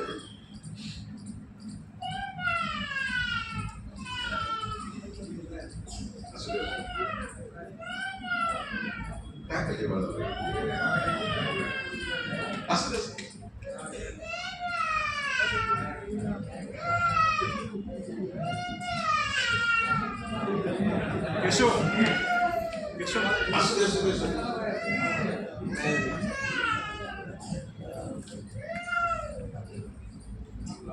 एवढं असताना ते तसे रडले नाही, त्यांच्या डोक्यात काहीतरी वेगळा संसाराचा गाडाच असतो. रडणं बी असलं पाहिजे आणि आपलं ऐकलं पण असलं. पूर्वी एक घोडवाला निघाला होता तेव्हा मोठच्या हिरी होते, मोठं तिकडे होते हिरी, मोठच त्याला एक नाडा सौंदर्य असायचा, त्याला एक फुली असायची, त्याच्यावर ती मोठ खाली जायची. नाडा सौंदर्य साप्ती चाड मराठीची प्रॉपर्टी, झक मारणं मराठीची प्रॉपर्टी, त्याच्यावर पर्यायी शब्द नाही कुठल्याच भाषेमध्ये, हे आपला माणूस. आणि ती घोडवाला निघालं होतं, ते त्याला पाणी प्यायचं, पाणी असं यायचं, ते वाटलं की मोठ माघारी जाताना ती वाजायची, कुई कुई कुई कुई वाजायची, घोडं पाणीच प्यायचं. घोडवाला त्या शेतकऱ्याला म्हणाल दाखवा, कुई कुई बंद कर की घोडं पाणी पिणार. शेतकरी दादा म्हणतात, या घोड्याला सवय लाव, कुई कुई वाचता वाचता पाणी की त्याला सवय लाव, की रडता रडता ऐकायची आपल्याला सवय पाहिजे. तर आपण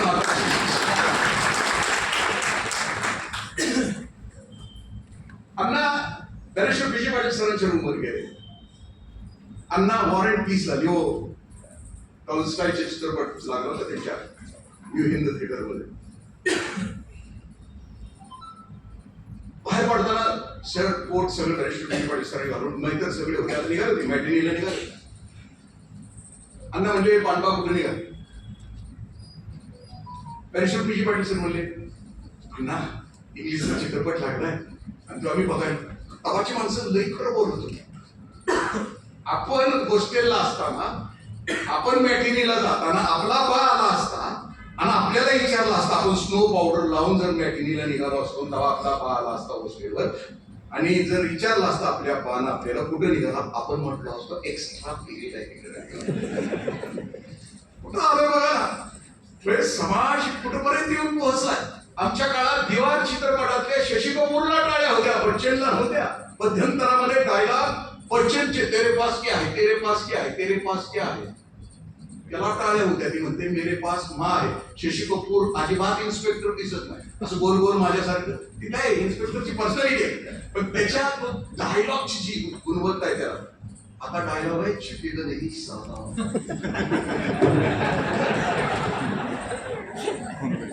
कार्ट सुद्धा म्हणते छिपेगा नहीं साला. कुठपर्यंत तो प्रवास इथपर्यंत पोहोचला.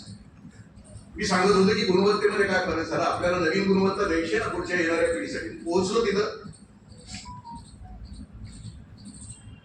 अण्णा म्हटलं मी येऊ बाबा सिनेमा. बरेच शिल्पीजी पाटील सांगितले माझ्या चक्री जाळ झाला, एवढा मोठा माणूस आणि सिनेमा कुठे माणसं निघाले.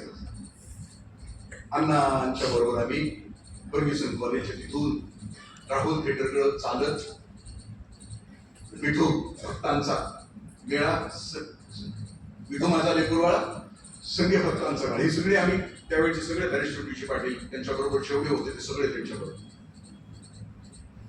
न्यू हिंद थिएटरच्या दारात पुण्याचं कोकली अण्णांच्या एवढा मोठा देह दाढी एवढं काय गोरगरिबांची लेकर शिकावीत म्हणून कराड पाटणच्या खोऱ्यामध्ये दिवसा हिंडल्यामुळं चेहरा लापल्यामुळं रिअल हिरो नव्हे रिअल हिरो. तिथं कोपरी बघायचं बंद झालं ते पोस्टर अण्णांच्याकडे. एंट्री झाल्यावर अण्णा आत गेले, अण्णांच्या पुढे गेल्यानंतर लक्षात आलं बसल्यावर मागच्याला दिसत नाही कारण अण्णांचा देह तसा होता. अण्णा चौथी त्याच्या लक्षात आलं की माझ्या अस्तित्वानं पाठीमागच्याला त्रास होतो. अण्णा उठले मी पाठीमागच्या बाकड्यावर जाऊन बसले. शेवटी सगळे उठले अण्णांच्या. चित्रपट सुरू झाला व्हॉलंटीर्स. चित्रपटामध्ये सीन होता, दोन राष्ट्र एकमेकाशी संस्था आहेत, दोघांच्या हातामध्ये झेंडा आहे दोन्ही राष्ट्राच्या. एकाची गोळी ज्याच्या हातामध्ये झेंडा आहे त्याच्या छातीमध्ये घुसते,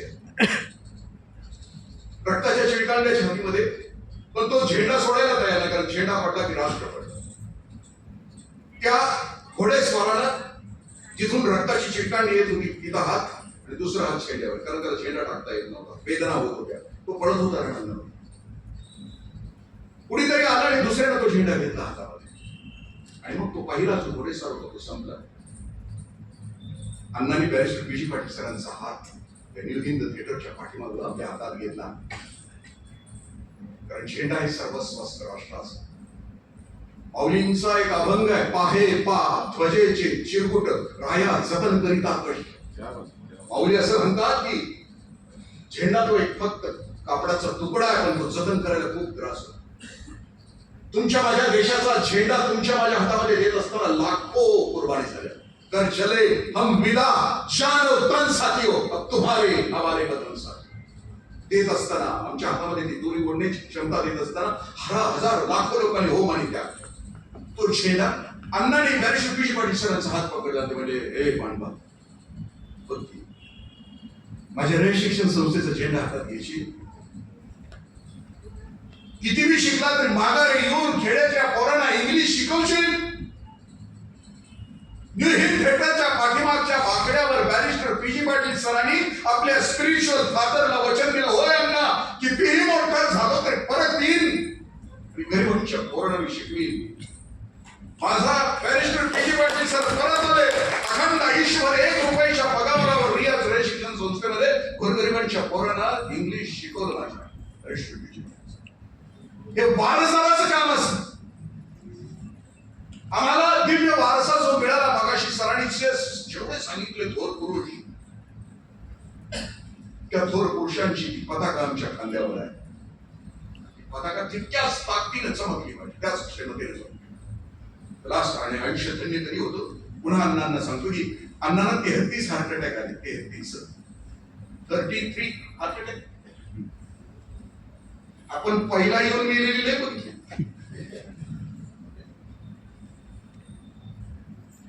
लई चिवाट असलं तर दुसरा, लई चिवाट असलं तर तिसरा, तिसऱ्यानंतर जगले असं आपल्या इतिहासामध्ये आपण कोणी बघितले नाही. माझ्या सहित मला बी 60 वर्ष झाली पण मला अजून नाही आमच्या पाहुण्या रावळ्यात असं कोण गडी नाही की तिसऱ्यानंतर जगला. पण पहिला येऊन गेल्यानंतर सरळ असते का, इथं बसू नको तिथं बसू नको, हे खाऊ नको ते खाऊ नको, टॉयलेटला गेलं तरी घरातली वाट बघत बसली येतंय. अण्णांना 33 हार्ट अटॅक आले. Barrister P G. पाटील सर खूप छान लिहितात की अटॅक यायचा.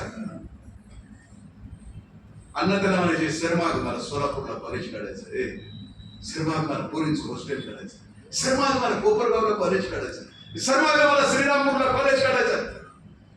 तो यमदूत यायचा, अण्णा सरमाग म्हटलं की अण्णांच्या पायावर डोकं टेकवायचा, परत जायचा, नमस्कार करायचा. अण्णाला म्हणायचं, होय अण्णा तुम्हाला घेऊन गेला तर गोरगरिबांची पोरं शिकणार. यमदूत पायावर डोकं ठेवून पाठीमागे जातो.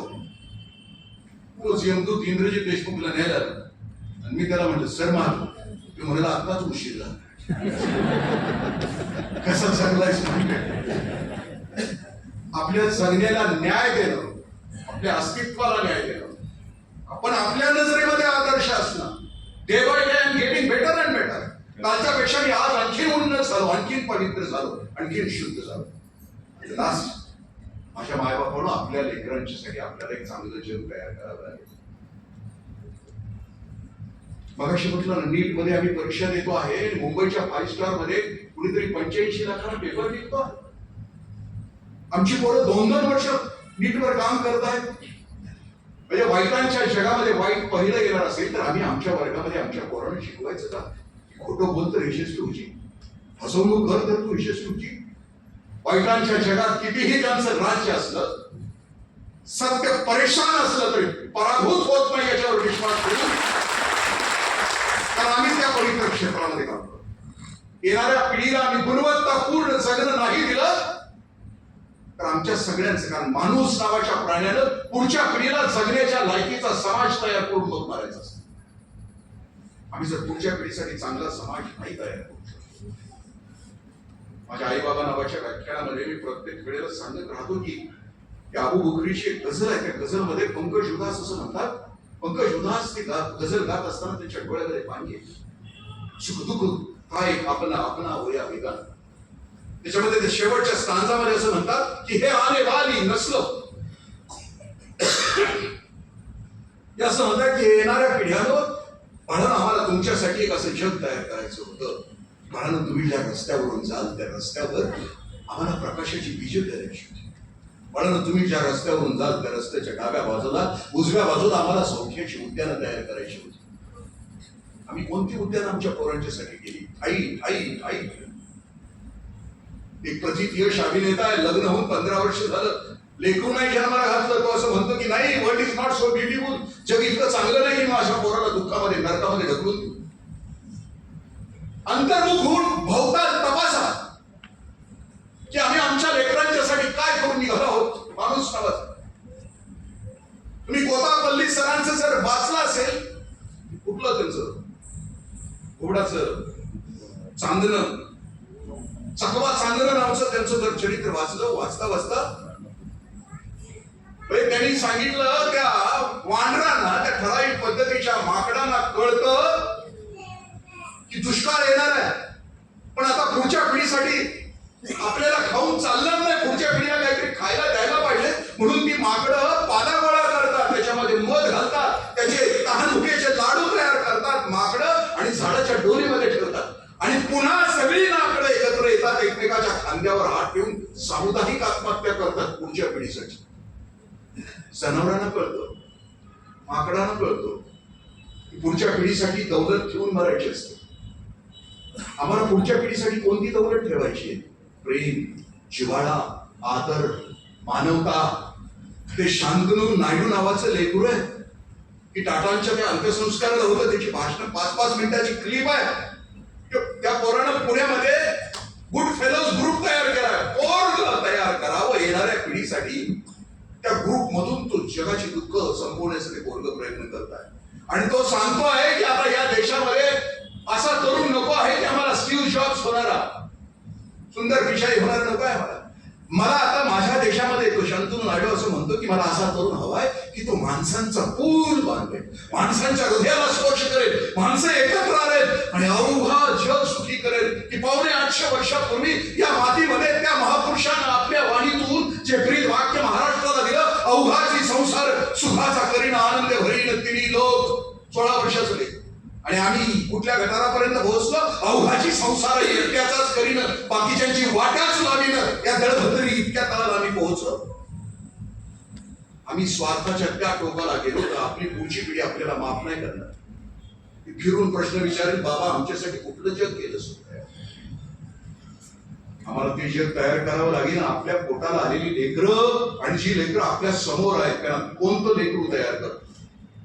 यशवंत दत्त आणि मधु कांबीकर यांचं एक गाणं आहे, तुझ्या माझ्या संसाराला आणि काय आवड. शेवटच्या परिषदामध्ये ज्याने लिहिलंय तो मोठा असला पाहिजे, प्रतिभावंत, त्याला या समाजाची खान आणि जाण असलं पाहिजे. तो म्हणतो की सोसल का तुझ्या माझ्या पोराला सोसत गाव, जसं की सुरेश भटांच्या भाषेमध्ये अजूनही हा खोल गाव नाही, अजूनही हा सूर्याना सगळं. तो विचारतो आपल्या बायकोला एक बाप म्हणून की तुझं माझं पोरग ह्या दुनियेमध्ये होईल, त्याला वजन सहन होईल, हे खोट्याचं बेईमानीचं हे सगळं त्याला सहन होईल. त्यावेळेला मधुर आंबेकर ताकदीनं पॉझिटिव्ह मेसेज देते आपल्या नवऱ्याला, सांगते हो इवल्याच्या पणतीचा इवलाचा जीव अवघ्या अंधाराचा तो घेईल ठाव. तुझं माझं पोरग खा प्या आणि मजा करा, eat drink and be happy, ते दिल मागे मोर याच्यासाठी नाही जन्माला आलं. तुझं माझं पोरग अवघा अंधार नाही सगळं करण्यासाठी आलं. जगातलं सगळं विष, जगातलं सगळं दुरित, जगातलं सगळं पाप नाहीच करण्यासाठी तुमचं माझं पोरग जन्माला. आम्हाला ती पिढी येणारी तयार करावी लागेल, पॅकेज प्रेस्टीज आणि प्रॉपर्टीच्या पलीकडे जाणारी, अवघ्यानं जवळ घेणारी, सगळ्यांना माणूस नावाची जात प्रेमाने जिवाळ्याला जाते. मला इथं बोलवलं, मी 4:30ला घरातून निघालो, इथं आलो. माझा आवडता वर्ग तुम्ही आहात, कारण एक गुरुदेव 35 लेकरांच्या समोर पोहोचले. म्हणजे आज मला देवराई जिल्ह्याचे लाख श्रोते माझ्या समोर, कारण तो मेसेज त्या 40 आणि म्हणून मी बोलण्याचा प्रयत्न केला. माझ्या आतली तळमळ यासाठी आहे की आपल्या आत सामर्थ्य जागृत व्हावं, आपल्या आतली सकारात्मकता जागृत व्हावं, आपल्या आतली पवित्रता शुद्धता जागी व्हावी. ज्यांच्या नावानं आपण हा पुरस्कार घेतो आहोत, किंवा जी दिव्य परंपरा मगाशी मेघावी सरांनी सांगितली, त्या परंपरेपर्यंत पोहोचण्याचा समाज, आपल्या पुढचा समाज तयार करण्यासाठी आपण कटिबद्ध असावं, यासाठी आजचा शिक्षक दिन होता. मला बोलवलं, खूप प्रेमानं वागवलं आल्यापासून आणि आतापर्यंत सुद्धा. खरं तर जेवायची वेळ टळून गेल्यानंतर सुद्धा तुम्ही सगळेजण थांबला आहे, कारण आणि मोबाईलवर अजून एक सुद्धा खाली बघितलेलं नाही. ताठपणे सगळे ऐकतात. आपल्या सगळ्यांच्या पायावर डोकं टेकवतो. काही चुकलं असेल तर क्षमा करा. बोलण्याचा हेतू आणि पिढी सांगते आपले काहीतरी योगदान आहे. धन्यवाद. समोर स्माइल ठेवा जरा.